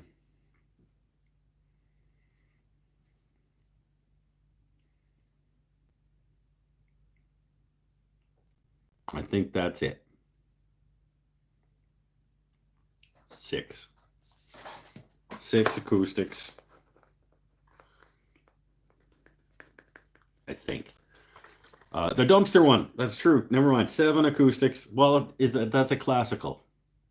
It's an acoustic. 7 acoustics. I forgot about the dumpster fund. I found it wasn't found. I wasn't in the dumpster, but it was leaning against the dumpster. So 7 acoustics. Electrics, I have Dawn. I have a Dean Les Paul-y kind of thing. I have a Austin something. I have a Squire Stratty thing. I have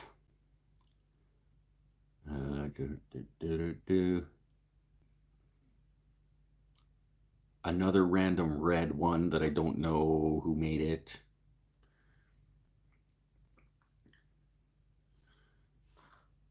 Five. I have a Jackson with a snapped headstock. I don't really know if that's considered a guitar because you couldn't play it if you wanted to. Let's say 6 electrics. I have a Cort electric bass, so 1 bass. I have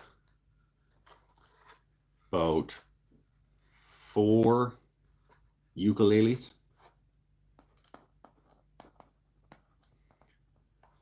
I have 3-ish cajones.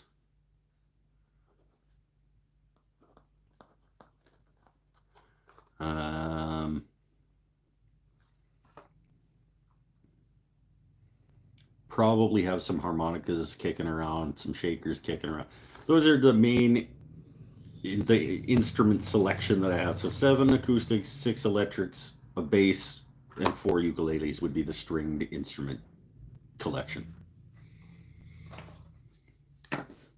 And I'm working on 3 more electric guitars right now, because obviously I need to do that. How much did Takamine set you back? About $600.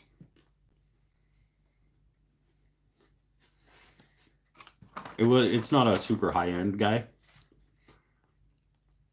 but it's pretty and it sounds awesome. And I wanted it.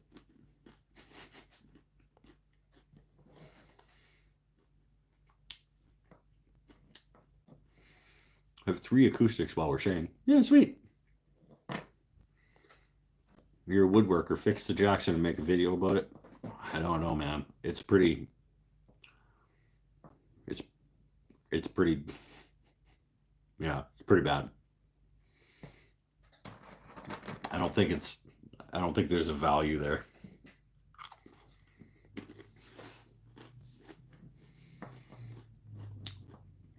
White and Gold Flying V, Randy Rhodes. And what's Australian? Eric, what's Australian? The dumpster? What are we talking about? Christopher Hope, how's the pinky? Well, the nail is growing back weirdly, but it is growing back. It's kind of lumpy, and every now and then I have to like take it, like I get a little sharp bit that I have to take off so it doesn't catch on stuff. But Takamani's Australian? I didn't know that. Did I? I might have. Headstock repairs are tricky, but not impossible. I know, but I kind of don't want to. You don't fix it for the value, you fix it for the experience. That mandolin I fixed is worth $100, but it was experience.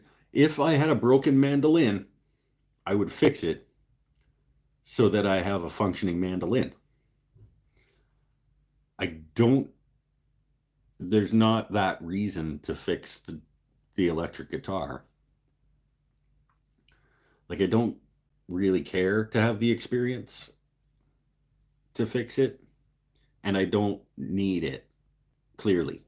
It's like, if I didn't have another electric guitar, sure. But clearly, I don't need another electric guitar. Gonna crash for the night. All right, later, my friend. We're probably gonna wrap things up pretty quick here anyway. You won't miss much. We're gonna wait for you to leave, and we're gonna start making fun of you.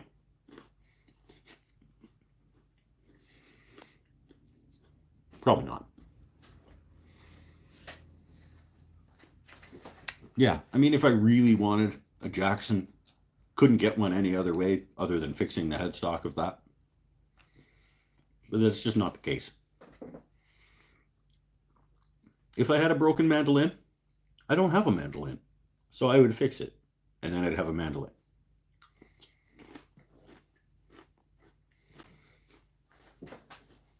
Would I, though? See, I said that pretty quickly, but I don't know if I would. Then you'd know how to fix a headstock. I already know how to. I think. Just don't really wanna, and I like, I'm at the point in my woodworking and in my shop life, I'm not gonna spend time doing stuff I don't want to do.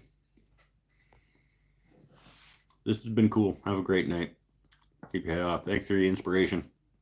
You betcha, my buddy. We're around every Saturday except next week.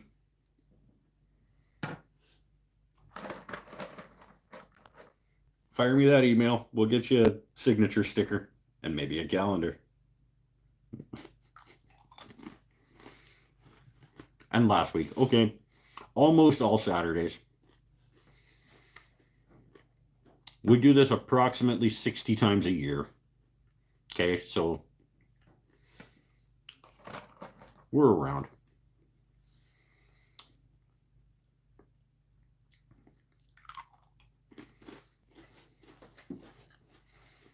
A few Saturdays ago. Tim, I swear to God, I will punch you right in the Stanley 55.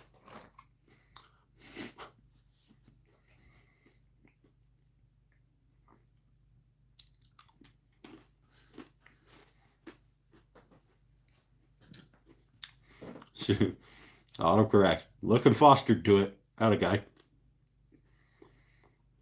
You'd have to come to the States.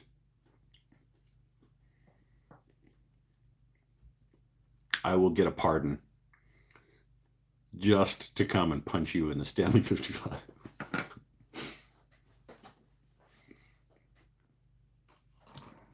You meet me at the border. You meet me at the border so I can punch you in the 55. That's a fun thing to say. Oh, this might be dinner tonight. I might just murder half of this. Have another one of my pure proteins.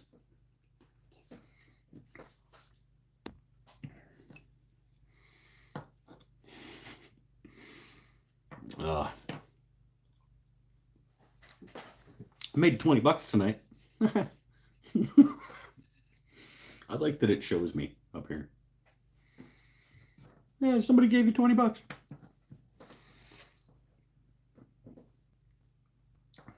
Oh, why didn't I send Jason over to Patreon? I'm so bad at this. Like, dude wants to support me financially, and we're talking about it out loud, and I just totally forgot that, like, that's where I should be sending people to do that.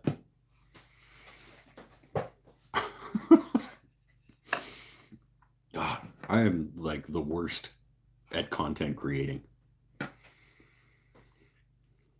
Buy the Linda mattress. Download Raid Shadow Legends. You have it in the description. I know, but nobody reads those.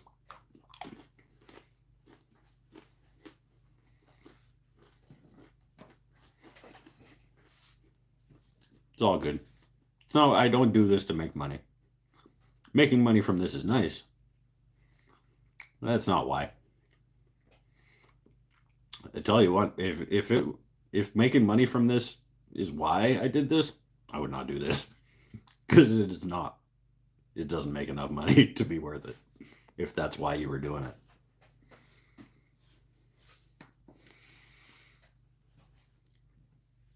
Obviously some do. I knew it was there. Okay, but I think in general, speaking in generalities, and since we're stereotyping people, most people, Australian or otherwise, don't read video descriptions. Eric, you didn't tell me whether you have a didgeridoo. Or did he, and I just missed it?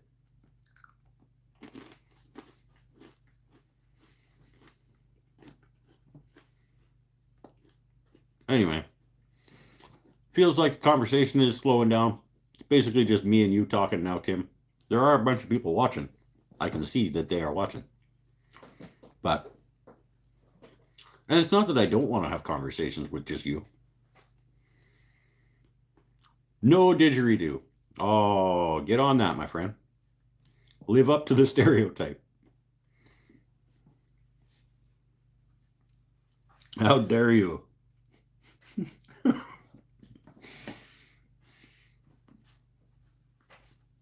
How dare you not live up to the stereotype of your people?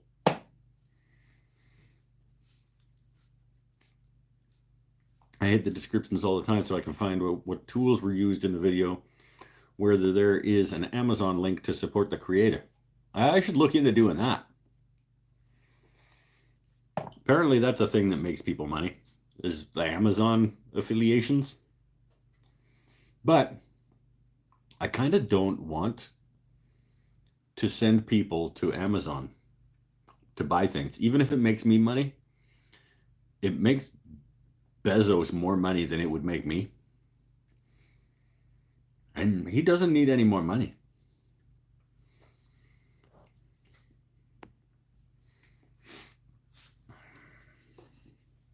So I'm kind of torn. You know? Like I could make some money by making Bezos some more money. But I don't want to. Just don't.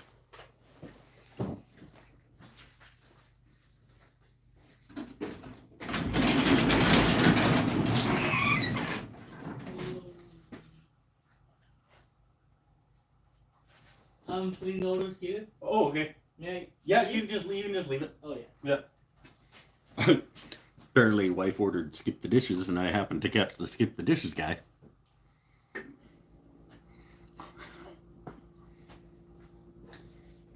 Or DoorDash or whatever.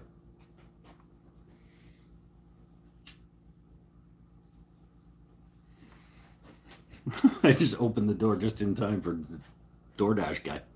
It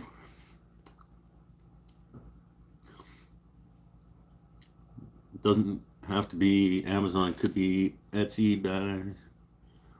Well, yeah, but you gotta have like the affiliation links and stuff like that. I mean, that's how I have my discount codes with Starbond and with Scott at Custom Creations. They're in the description, and I get affiliation money from that, I guess. Skip the Dishes is this. It's like DoorDash or Uber Eats or any of those like food ordering apps. You guys don't have Skip the Dishes in the States? I know that we have different things in Canada. It's one of our delivery app things like DoorDash.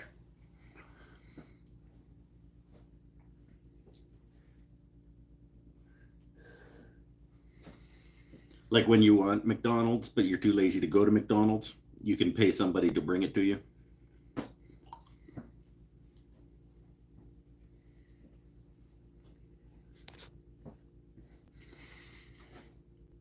Never heard of that. You've heard of like the other ones though, right?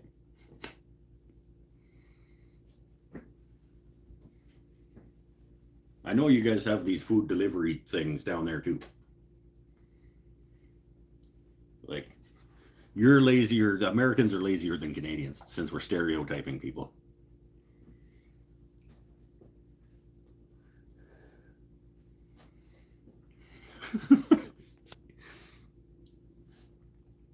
Just check. Looks like it's Canada only. Oh, okay. Yeah, I don't know that we have Uber Eats here. Hell, we barely have Uber here.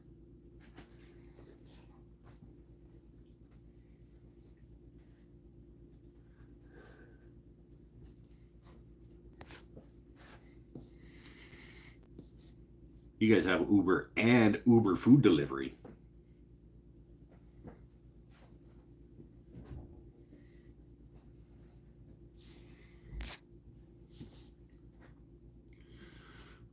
Our taxi companies fight really, really hard to keep Uber from here.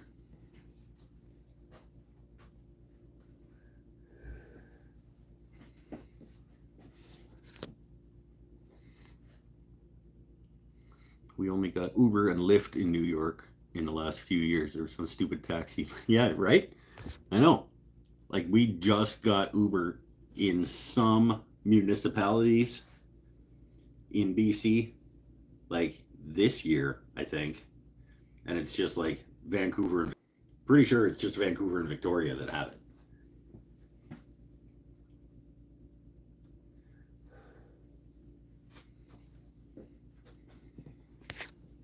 But I don't go anywhere anyway.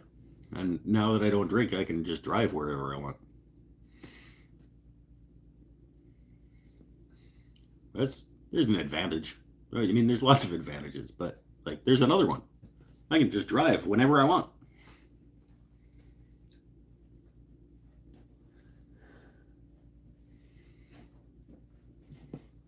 That's pretty awesome.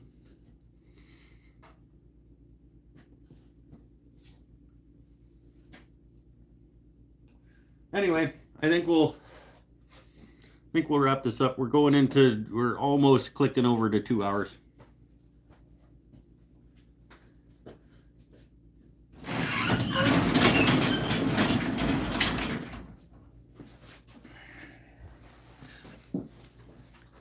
Except in the US. Boy, I can drive. Yeah. I could drive if I was in the US. I just can't get into the US.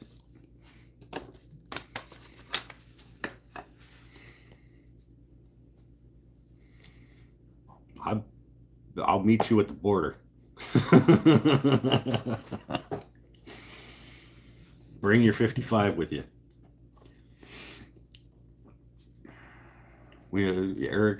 Australia's got Uber Eats and DoorDash. We have DoorDash and Skip the Dishes in town here anyway. I don't know what other places have in Canada, but that's what we have. Okay, let's wrap it up. Let's go for 6 more. Let's go for 5 minutes more, and just wrap up the show at 2 hours. We're at an hour 55. Let's go to 2, and we'll bid you adieu for tonight. Any last minute thoughts, comments, questions, concerns? until the next show, which is not next Saturday, remember? It'll be Tuesday after that, probably, or Wednesday or something.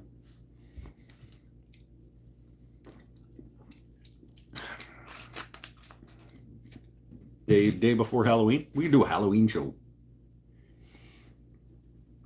Tuesday show was fun too. I like Tuesday show, but either Tuesday or Wednesday on any given week is video games with my boy day.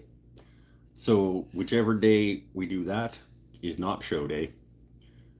So the other one would either, if we do video games on Tuesday, the show will be Wednesday. If we're gonna do video games on Wednesday, I'll do the show on Tuesday. Because next Monday, I'm hoping, is gonna be band practice night. We haven't had band practice for like 3 weeks now, so we gotta get back to doing that. Get some jamming done.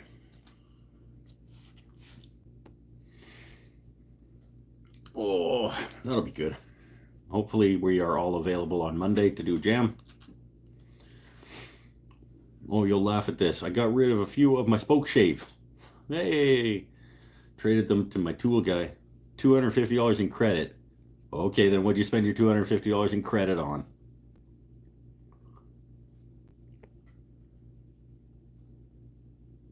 Or what are you going to spend your $250 in credit on? You should see if your tool guy... Oh, you did, I think. I was going to say, see if your tool guy has a thumb screw for my cabinet scraper. But I think we already talked about that.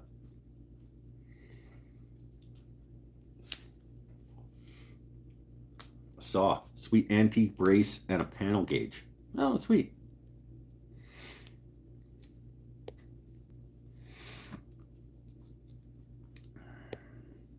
What kind of saw?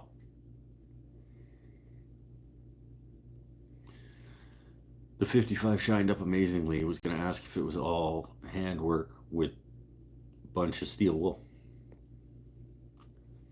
He feels like an elbow grease kind of steel wool kind of guy, doesn't he?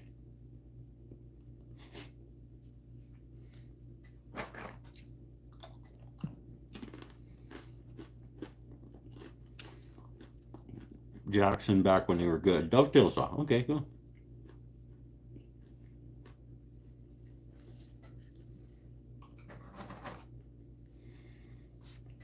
Right on.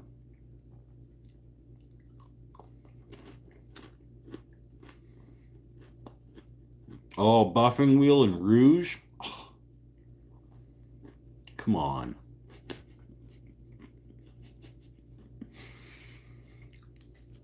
You've just done that by hand, my friend.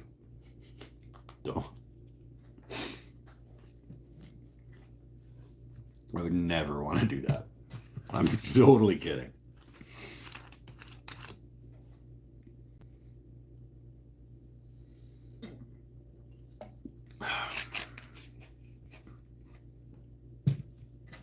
Wasn't really rusty, just covered in old resin from cutting pine. Okay, sweet. Glad to see. Oh, Rascal, new name. Glad to see you're still keeping strong. Hang in there, love from Ireland. Well, thanks for stopping in. We're just shutting her down. Sorry, but yeah, keeping on, keeping on. We're here most Saturday nights. Hit the bell, hit the notification bell, and come join us. It's a fun time. It's another thing I'm bad at reminding people to do. You have to make sure that you're notified so that you get updates and when I do shows.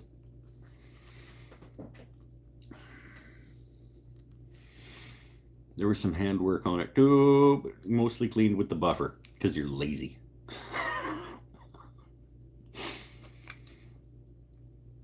Goo Gone worked well on the resin. Sweet.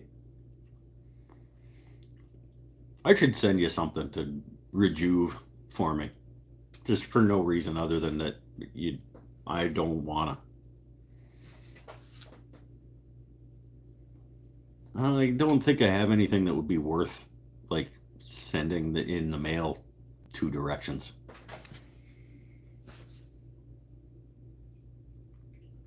Maybe the 5.5.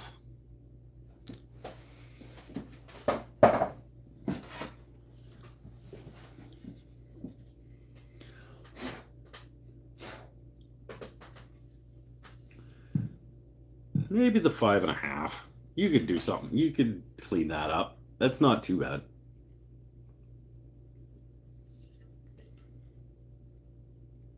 I don't think that's the right iron for this. It's got a gap like a 1/4 inch wide on either side of that iron. I don't think that's the right iron. Huh. Never noticed that before.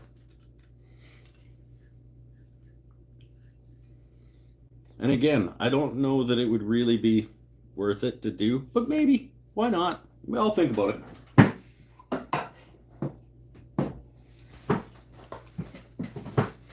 Yeah, I'll think about that. That'd be cool, just to have it be nice.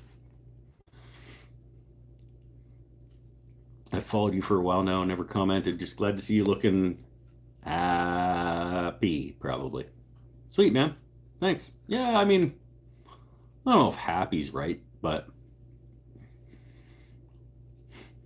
I don't know that I'm any happier, but it's sober.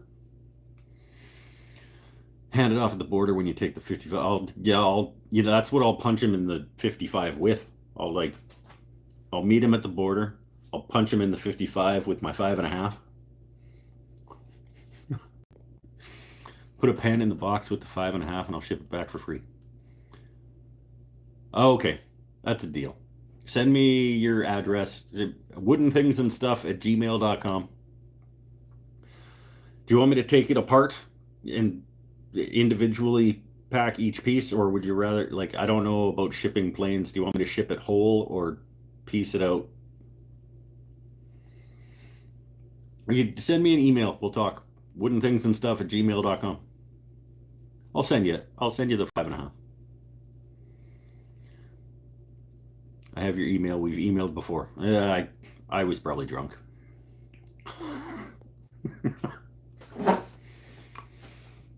Okay, cool. Yeah. In that one, or no, probably that one. That one will be the one that I would say is probably the closest to being worth it in terms of something that I'd like to have nice and usable.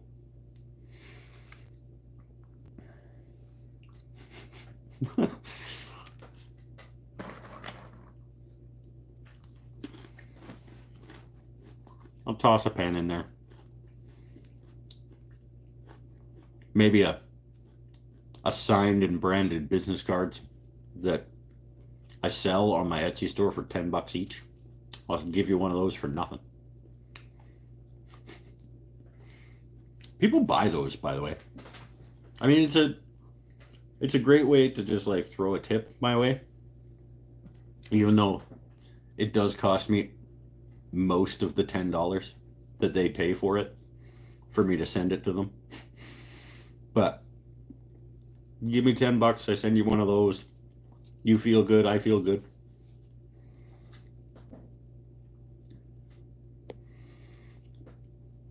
So Mike does not see the hearts and confetti poppers and stuff. Nope. No, I don't. Where do those go? Do you guys see hearts and confetti poppers? I don't see those. Anyway, we made it to 2 hours. Stay happy, stay healthy, stay safe, everybody. We'll see you on either Tuesday or Wednesday. The 26th is Saturday. 28. Either the 29th or the 30th is when the next show will be. And yeah, keep on keeping on. Be kind to each other. Try to be better tomorrow than you were today. And we'll see you soon. Bye for now.